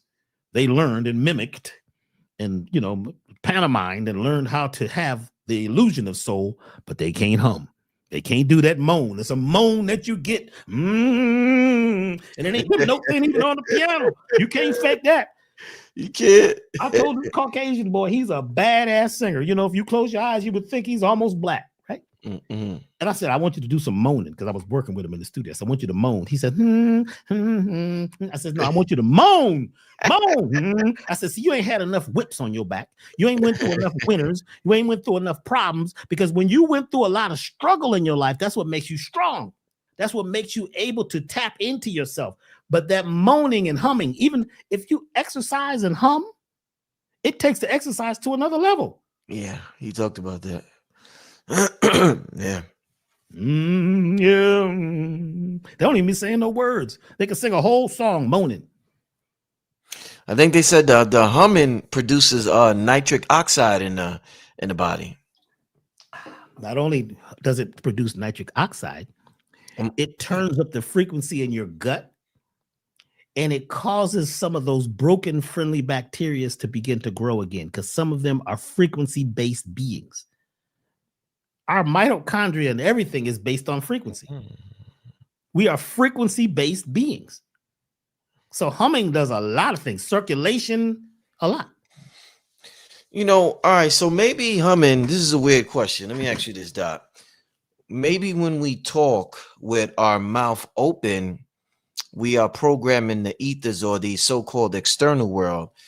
What do you think about, since humming has this effect on our cells, do you think at some point we used to talk with our mouth closed, and maybe our cells hears that better than when we talk with our mouth open? Like if I'm talking to you and I say, I'm speaking with intention, saying sentences, but you don't understand it. But maybe my body understands that better if I say it like that with my mouth closed. When you speak with your mouth closed, you're actually speaking on a higher level because you're becoming more intuitive. We learn to talk like we talk now because we were at a place where we had lost some of the power in some of our original identity. So we created words to communicate. But sounds and frequencies are emitted from your brain, from your body first. They are waves. Those tones are waves. And waves are what? They go into the quantum field. And if you keep waving and keep repeating those frequencies, they create material or matter. That's why we used instruments, you know, for sounds and waves to levitate stones. You could levitate stones. My teacher, Dr. Ando, he levitated this stone one time. And I don't know, I'm still to this day, I'm trying to figure out what was he doing. When I used to be in drum circles, we would play rhythms and rhythms and rhythms, and people would come to the circle. This is when I lived in Connecticut as a youth. We would be in these circles, and these brothers from the continent would come and have us all play these different frequencies, all these different notes and these different polyrhythms, where after a while you couldn't even tell you couldn't pick out any certain rhythm. And there was a lady that came who they brought this lady. She was about to die. They said she had cancer, 6th stage or something. It was terrible. She was really thin, and they laid her down in a blanket. And the brother got us all to play this rhythm. And he said, I want you to close your eyes. Yeah. And we all played this rhythm. And after a while, the rhythm turned into like a tone, and people began to naturally hum. Check it out. So we're playing this rhythm, and everybody starts going, and all of a sudden, the lady levitated. She levitated about a foot off the ground. Now me, I'm young and wild. I open my eyes, and I see the lady levitated. Let me tell you what I did, Brother Rich. I grabbed my drum, and I said, this is some voodoo. It scared the shit. And I left the drum circle and never wanted to play with the brothers again because it blew my mind that the frequency actually healed or didn't heal this woman. She resonated. I mean, she resonated. She levitated. Do you know about 6 months later, there was a story in the news about this lady who had this cancer, who had been cured by this brothers in play this drum circle in the park. That was the lady. I was part of that drum circle. That's what began my journey into learning that there's unseen forces and things we don't know that we originally had that some of us lost or left behind. And it scares us. We think it's voodoo. But it's the humming. It's the blues. It's the original music. Nowadays, they don't, that's not cool to do. It's not, that's not the mainstream. But there's people that will hum all day. And if we hum each day, just hum. Here's an exercise for everybody. Hum for about 15 seconds every day. And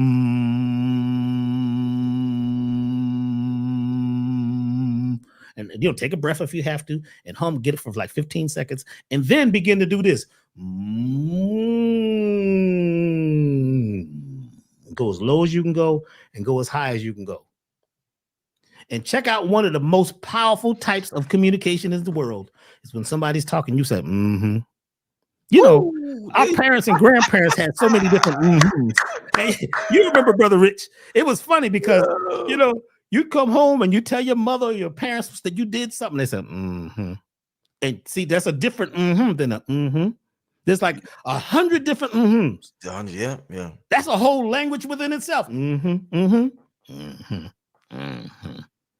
Because we're humming. This is beautiful. We're communicating. I love when, oh man, this is beautiful. This is some beautiful stuff here, man. Mm-hmm. Talk. There's one of them where you don't believe the people. Mm-hmm. Yeah. Mm-hmm. And it's very telling. It's so much communication just in the mm-hms. It ain't the same thing as saying uh-huh. Uh-huh is different than mm-hmm. Mm-hmm. It's vibrating all up in your head. Your pineal begins to vibrate. You see what I'm saying? Your pituitary, your head, your gut, your gonads, your reproductives, for women who have a womb, they can breathe and hum into the womb. Because that womb is a room that we back to the room again that we talked about in the beginning that resonates to a certain frequency. But when you begin to feel that your old stuff that you used to use is not cool no more, and you begin to become devoid of funk. This is what George Clinton was talking about. Sir Nose devoid of funk. Sir Nose didn't have no groove. He didn't have, they had to make him dance because he wouldn't dance. No, I don't want to dance. But they made him dance with the funk because the funk is the true soul that's full of all the energy that is life. The feminine energy that creates life is the funk. And that funk, right? That groove, that thing that you get. I mean, they even get it in church. That's how they get the people in church. Because you start hearing that groove, you might not want to hear that talk. But when they get in there playing that music, and everybody's grooving and sweating, they start moving and everybody's falling out. Because guess what? You're connected to that sound. And we're all sound frequency people. Go check out go to YouTube and check out my Sonic Immersion track that I have up there. It's 2 of them. It's actually 3. Sonic Immersion 1, 2, and 3. And listen to the tone and close your eyes and you'll hear the humming. Especially Sonic Immersion 3. There is a humming going on that I'm doing in the background while I'm playing a rhythm, but you don't hear it as humming. Because that's what soul is about. Soul. Soul is what we used to call our music. It wasn't called R&B and jazz and gospel. It was called soul because we were all tapped into the earth frequencies and we were feeling it. And we weren't copying and modeling and sampling. We were all tapped into that improvisation. And that improvisation is the strongest power that we have. But, you know, a lot of folks can't do it because we're toxic mentally, physically, and spiritually. But it's easy to clean up. Yeah. I'm telling you how to do it. The enemy is within. Hey, you had another question. This was a good show, Doc. Real good show. I miss these shows. It remind me of like I said, that Blueprint for God Power era. This show remind me of that era, the Blueprint for God Power era. Doc, let me ask you, do you smoke cigars? Because I know you told me you're the one that put me on to the science of tobacco. I gotta really don't listen, family. Earlier this year, I thought Dr. B was losing his mind for a second. He decided to call me and he started giving me all this information on tobacco. And I said, man, what the hell is wrong with and nicotine? Yeah, you kept talking about tobacco and nicotine. He was like, yo, Rich. I don't even know if you wanted me to say that. Damn, did I? Oh, it's too late. The bag is out. God damn, because I remember when you said it. Well, I'm not gonna say the other thing we was talking about that we be buying, but I ain't gonna say that.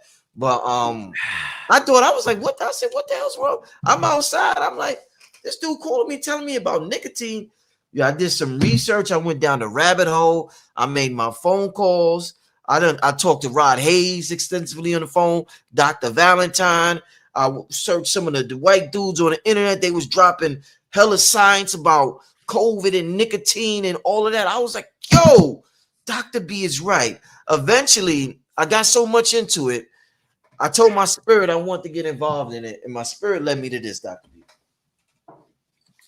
My spirit led me to the cigars. 100% natural tobacco out of the United States from Honduras.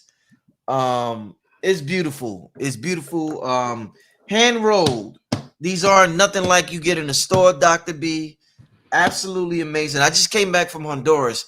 I got a large shipment I got to send out this weekend. Shout out to everybody who placed their order. I'm getting everything. I just got more, but I want to share a link for the people in the chat. It's donation based. I'm building this 363 empire, and a donation of 30 or more will get you a cigar. That's my gift for people who are donating to the channel. A donation of 30 or more, depending on how much you send, you'll get different amounts. But yes, Dr. B. So if you ever want one, I know you a health dude, and you may not smoke cigars, but you may just want to light it and leave it in your room. And in fact, I'm gonna tell you, Red Pill, the reason why I gotta go, Red Pill's about to come over to my house right now. We're gonna be outside for a little while. We're gonna talk about this workshop we got coming up, and I'm gonna give him a couple of these cigars because he's been looking for them for a while. So shout out to Red Pill. I'm gonna see Red Pill. I might go live for a second on my phone, family, but Dr. B, if you ever want one, you put me on to this. You put me on. So he keeps saying one. You know, Doc, man. Doc, if you want one, can I get two? Doc, you can have as many as you want, Doc. Listen, Doc, man. So, you can have as many as you want, Doc. Okay. Yeah, as many as you want. Let's go ahead and break it down real quick. They lied about nicotine. I got about 20 of these. I got about 20 of these, Doc. I need like 5 of them, man. Doc, I was in the airport and I said to myself, I said, damn, is it? And I'm the dogs is there. I'm like, damn. So is it? I told the dude, I said, is it cool to come back? He said, Rich, you good? Don't worry about it. You can't bring the seeds back from the plants and things like that, but you good with that. So I got, listen, I'm good now. So everybody who ordered, I'm getting it ready. But let me share that. I'm the tobacco chief, y'all. I am the tobacco chief. Let me share this link. But what you was gonna say, Doc? I'm sorry. Go ahead. But I got you. I got you. Thank you so much, my brother. Thank you. Changed my life. Thank you. Nicotine was demonized because of the powers of nicotine, which is natural. It's a natural component of the soil. They, from what I have studied, made it illegal or made it demonized because nicotine is electrical. and you have nicotine receptors on your cells. And these nicotine receptors, when they're receiving nicotine, natural nicotine, we're not talking about from the regular tobacco, which is a hybridized, man-made plant with hundreds of chemicals on it to keep people hooked. When you're using the natural nicotine, it causes your nicotine receptor on your cell to vibrate. And they say that if you're not getting enough natural nicotine from the soil, the nicotine receptor stops vibrating, and it's almost like rust. And they say viruses stick to the rusty nicotine receptor. Nicotine is related to niacin. It carries energy or light waves, electricity. And when you use it correctly, it actually brings life force to your cells. Several plants are high in nicotine. Celery is high in nicotine. Tomatoes, the original tomatoes, high in nicotine. All of the nightshades, high in nicotine. And there's one that's high in nicotine, and I'm going to give a little secret right now. You know, when you make a formulation or a product, there's 10% that you don't have to put on your label. There's a 10% secret part of your formula that you don't have to put. So in my products, there's something that I put in here that's part of that 10% secret formula. And I'm going to give it away today. It's a plant called ashwagandha.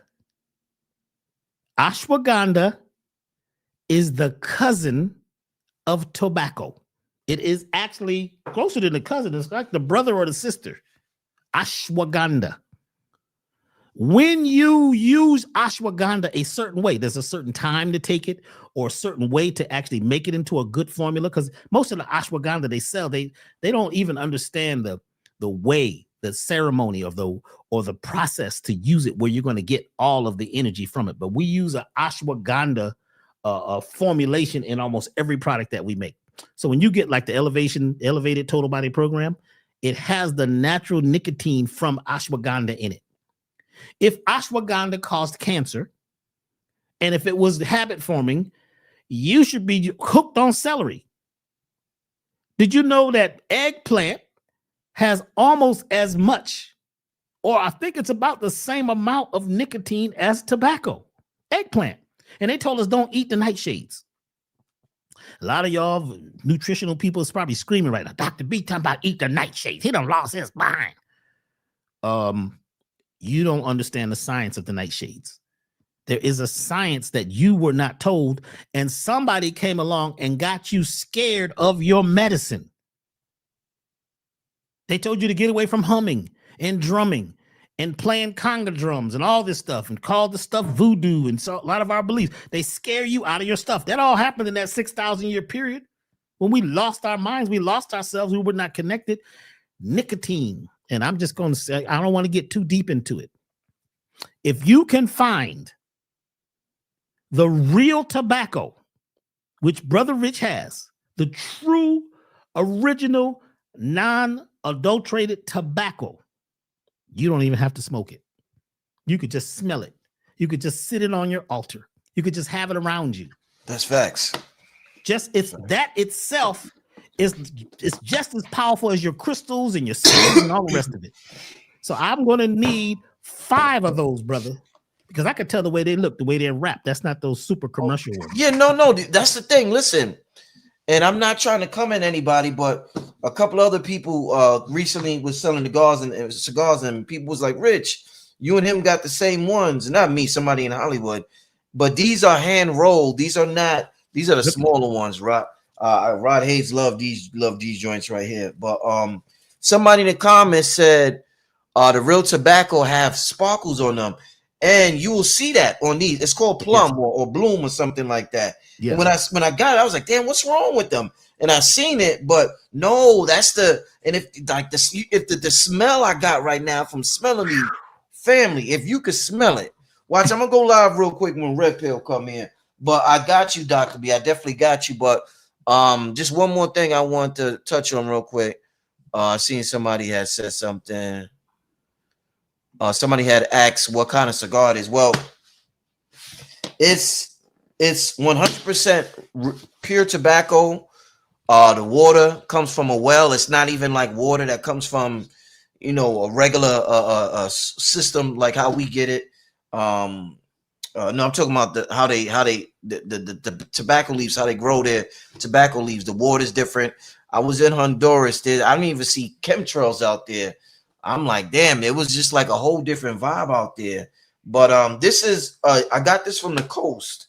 This is not the city area. Once you get to Honduras, you got to drive 4 hours deep into the mountains in Honduras. They got mountains that touch the sky. It's one of the most beautiful things I've ever seen.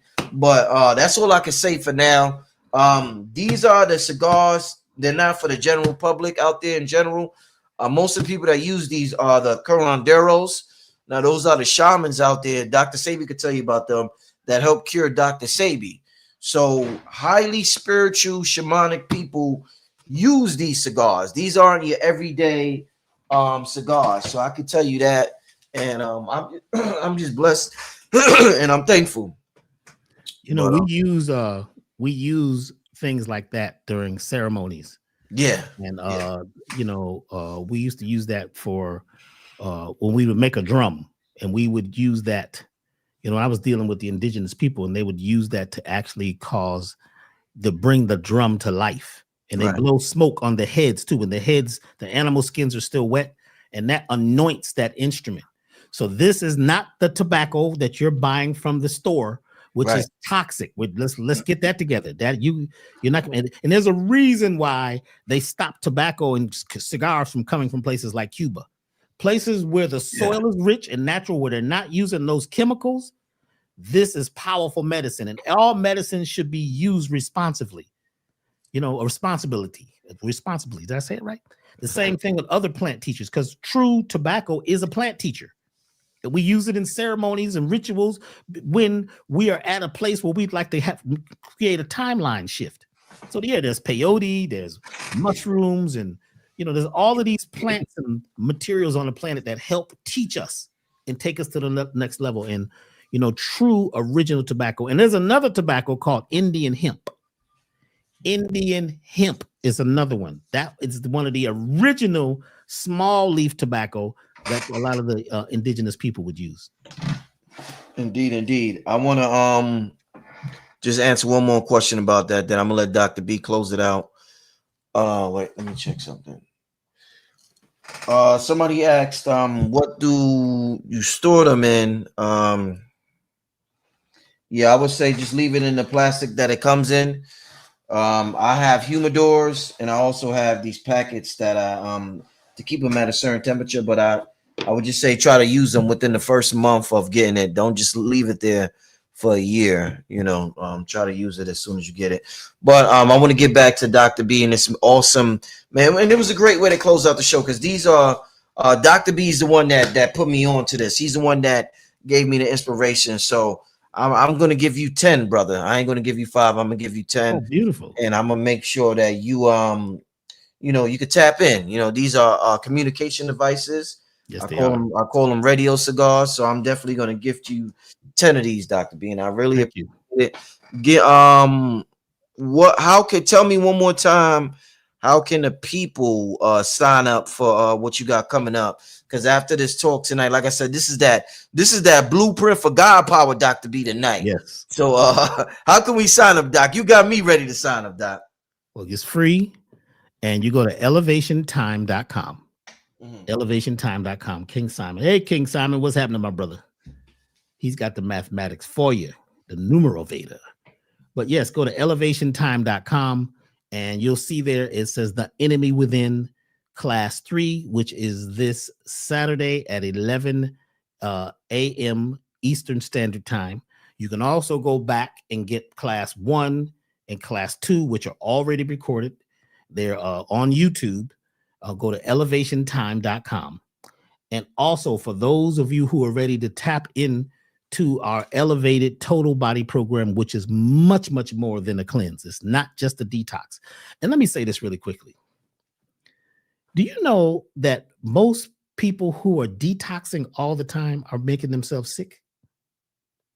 Because they're constantly stripping their body of vital nutrients. You got to be careful with this. People, we jump into something and it becomes a fad, and we heard this was great.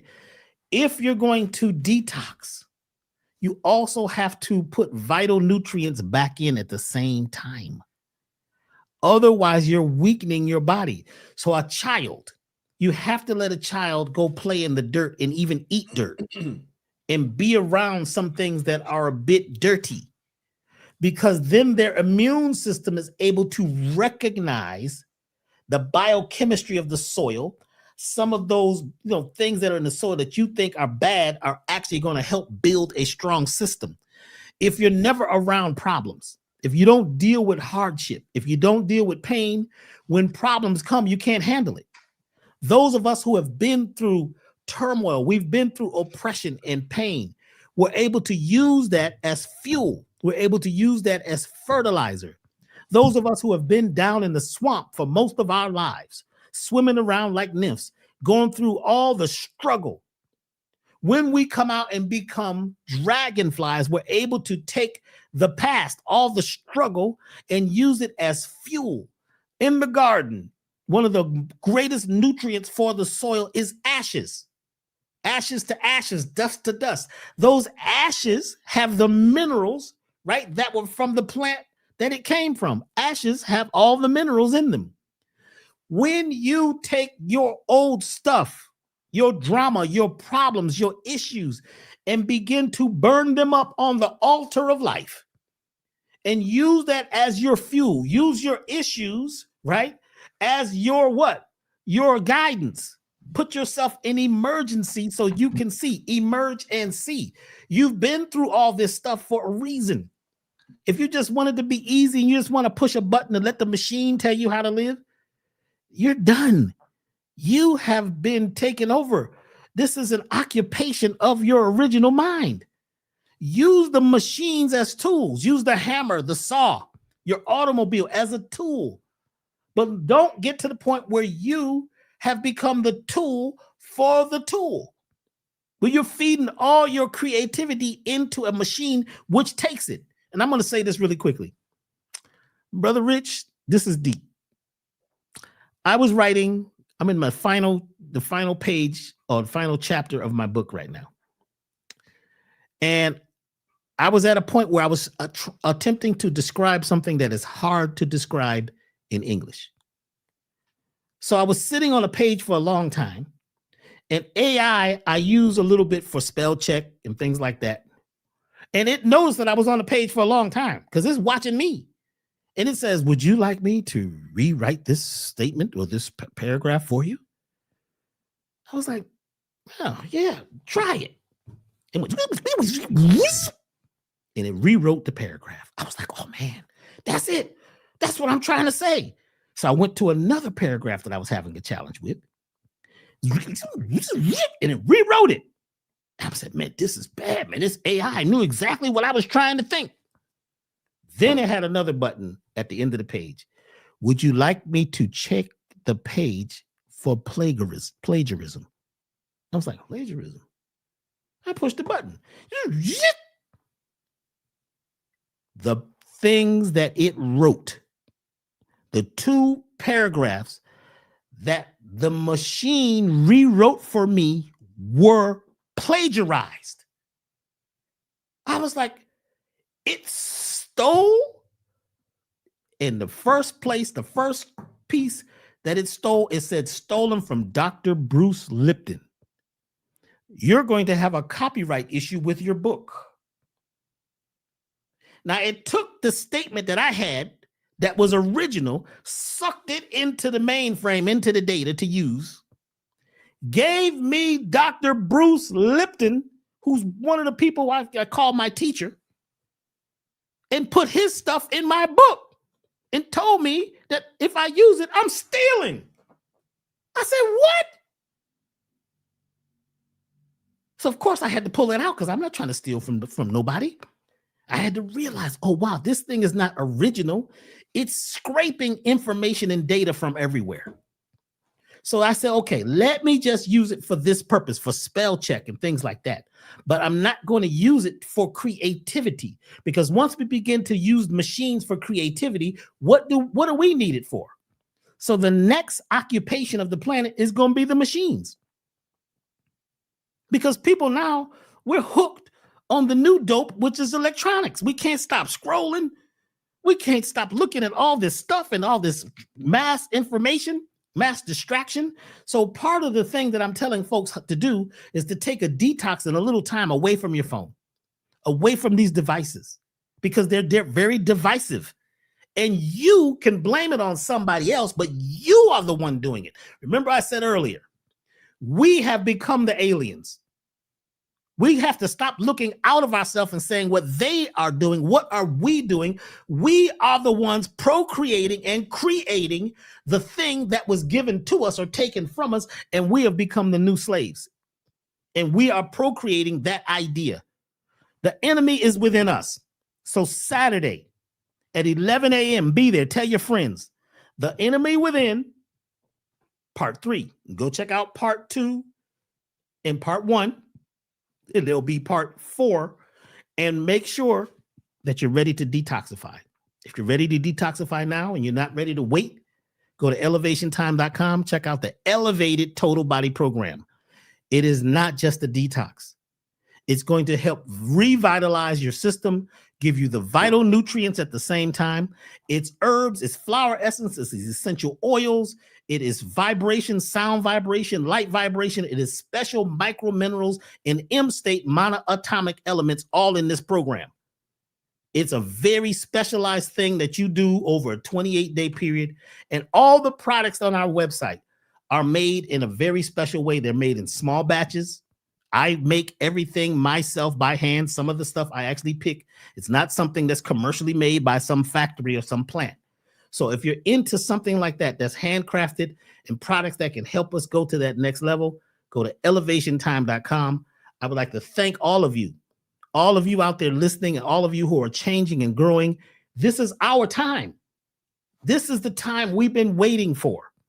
This is what we've been creating for. This is what we've been through to take us to this place where we're going to become the new beings. We are being reborn. This is a transformation. Right now, we're going through a renaissance. Don't get tricked into giving up all your power by getting treated by a system that's actually poisoning you. Let's create home again. There's no place like home inside each of us.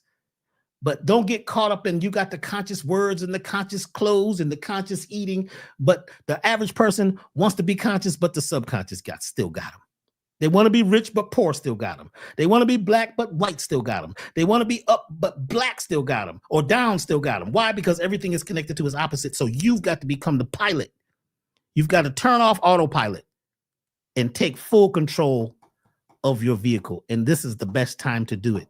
So I want to thank you, Brother Rich. I would like to thank the audience, all that you've been doing to help yourselves and help each other. We are becoming one again. Those of us who are ready, willing, and able, and stop trying to drag everybody with you. Yeah. That's a waste of time and energy. Stop trying to convince people.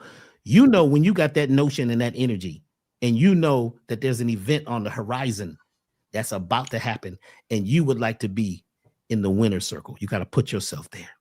Hey, Doc, real quick, you ever heard of this word here? Let me put it on the screen. This is weird. I gotta have a conversation with you about this on the phone. This is where we're going with this technology thing. What the hell is going on? See, they don't want you to see that. They live. Jesus Christ. Now that's what the hell? Woo. I don't know what's going on, y'all. See, maybe you just spell it out. You know what? It might be good. Let me try one more time. Nah, we'll just I'm gonna talk to you on the phone. You ever heard of that word, dear Doc? Yes, I have. Radionics. Yes, I have. Gotta have a conversation with you. We going somewhere deep, deep, deep. We're diving deep. We're taking a deep dive with this technology. This workshop I got coming up. It's gonna lead us into other things related to the technology we had, whether it was Tartaria, whether it was old Atlantean technology. But we going somewhere real deep with this, Doc, and I definitely want you on board. So I'm definitely going to give you a call, my brother.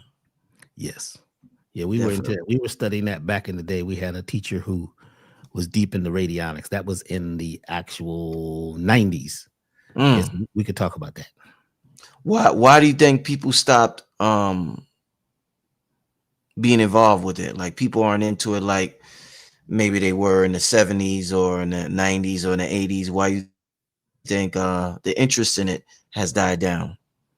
The interest in it is high, but it's only in secret circles, in sacred circles. Yeah. We learned that there were things you couldn't talk about publicly because weird things started happening. People started disappearing, coming up with sicknesses, and all of a sudden, boom. You know what I'm saying? So we learned that a lot of things that are really, really powerful, you're not going to televise. Like right now, even what I'm talking about tonight, some people know, they're reading between the lines. I'm not saying exactly, right? Because people want it easy. They want to push a button and have an app and know exactly without having to do any research. Even Google and all the rest of that is not going to give you the deepest stuff. You have to go touch an actual book and read and feel the paper it was written on, the way the ink was, the way the words and the sequences were created was creating a sacredness. So we had to study back in the day. We had to study to show thyself approved. You had to really listen to stuff. And you also had to be on post and know that a lot of times the enemy is right with you. You sleeping with them. You dating them. So we kept things very earthbound. And it was basically by word of mouth, what we call the griots or the drum. So certain things are not really public right now. And they're becoming that way again. But a lot of stuff you're never going to see online. You're never going to get it from AI. You know, you're just not going to get it because you got to talk to real people. And I actually have been thinking about creating some circles here since I'm in Atlanta now. Create somewhere, leave our phones and talk about some deep stuff because I got some stuff to say that I'm not going to say in public. I've learned. A lot of my folks had tongues cut and throats and jails and this is what I'm telling you, Doc. We're creating a circle right now, Doc. So check this out. You see that on the screen? I gotta talk to you about that. What is I gotta talk to you about that. This stuff. Listen, this year I've been prepping. Oh man, I'm about to have a hell of a run, Doc. I'm gonna have a hell of a run. So there's a lot of things I gotta talk to you about. So I get exactly what you're saying. I got people on board that everybody's fulfilling their role and everybody brings something to the table. So I gotta have I haven't talked to you in a while, Doc. I haven't talked to you in a while. So there's a lot. When you said the circle, it just reminded me of this, and I've been telling a couple of people about this, but yeah, we're going somewhere with this, Dr. B. So I want to thank you. I'm not going to keep you much longer. I want to thank you for coming on tonight. I'm going to be there for Dr. B's next workshop. Make sure King Simon is posting a link in the chat. Make sure all y'all are there as well. With that being said, we signing out. Dr. B, thank you one more. Thanks again, my brother. Thanks. Go over to elevationtime.com and I'll see you again soon. Much love to all of you. And remember, most of that baggage you have is not yours. So learn to travel light. Much love. Peace, family. See y'all Friday. Peace.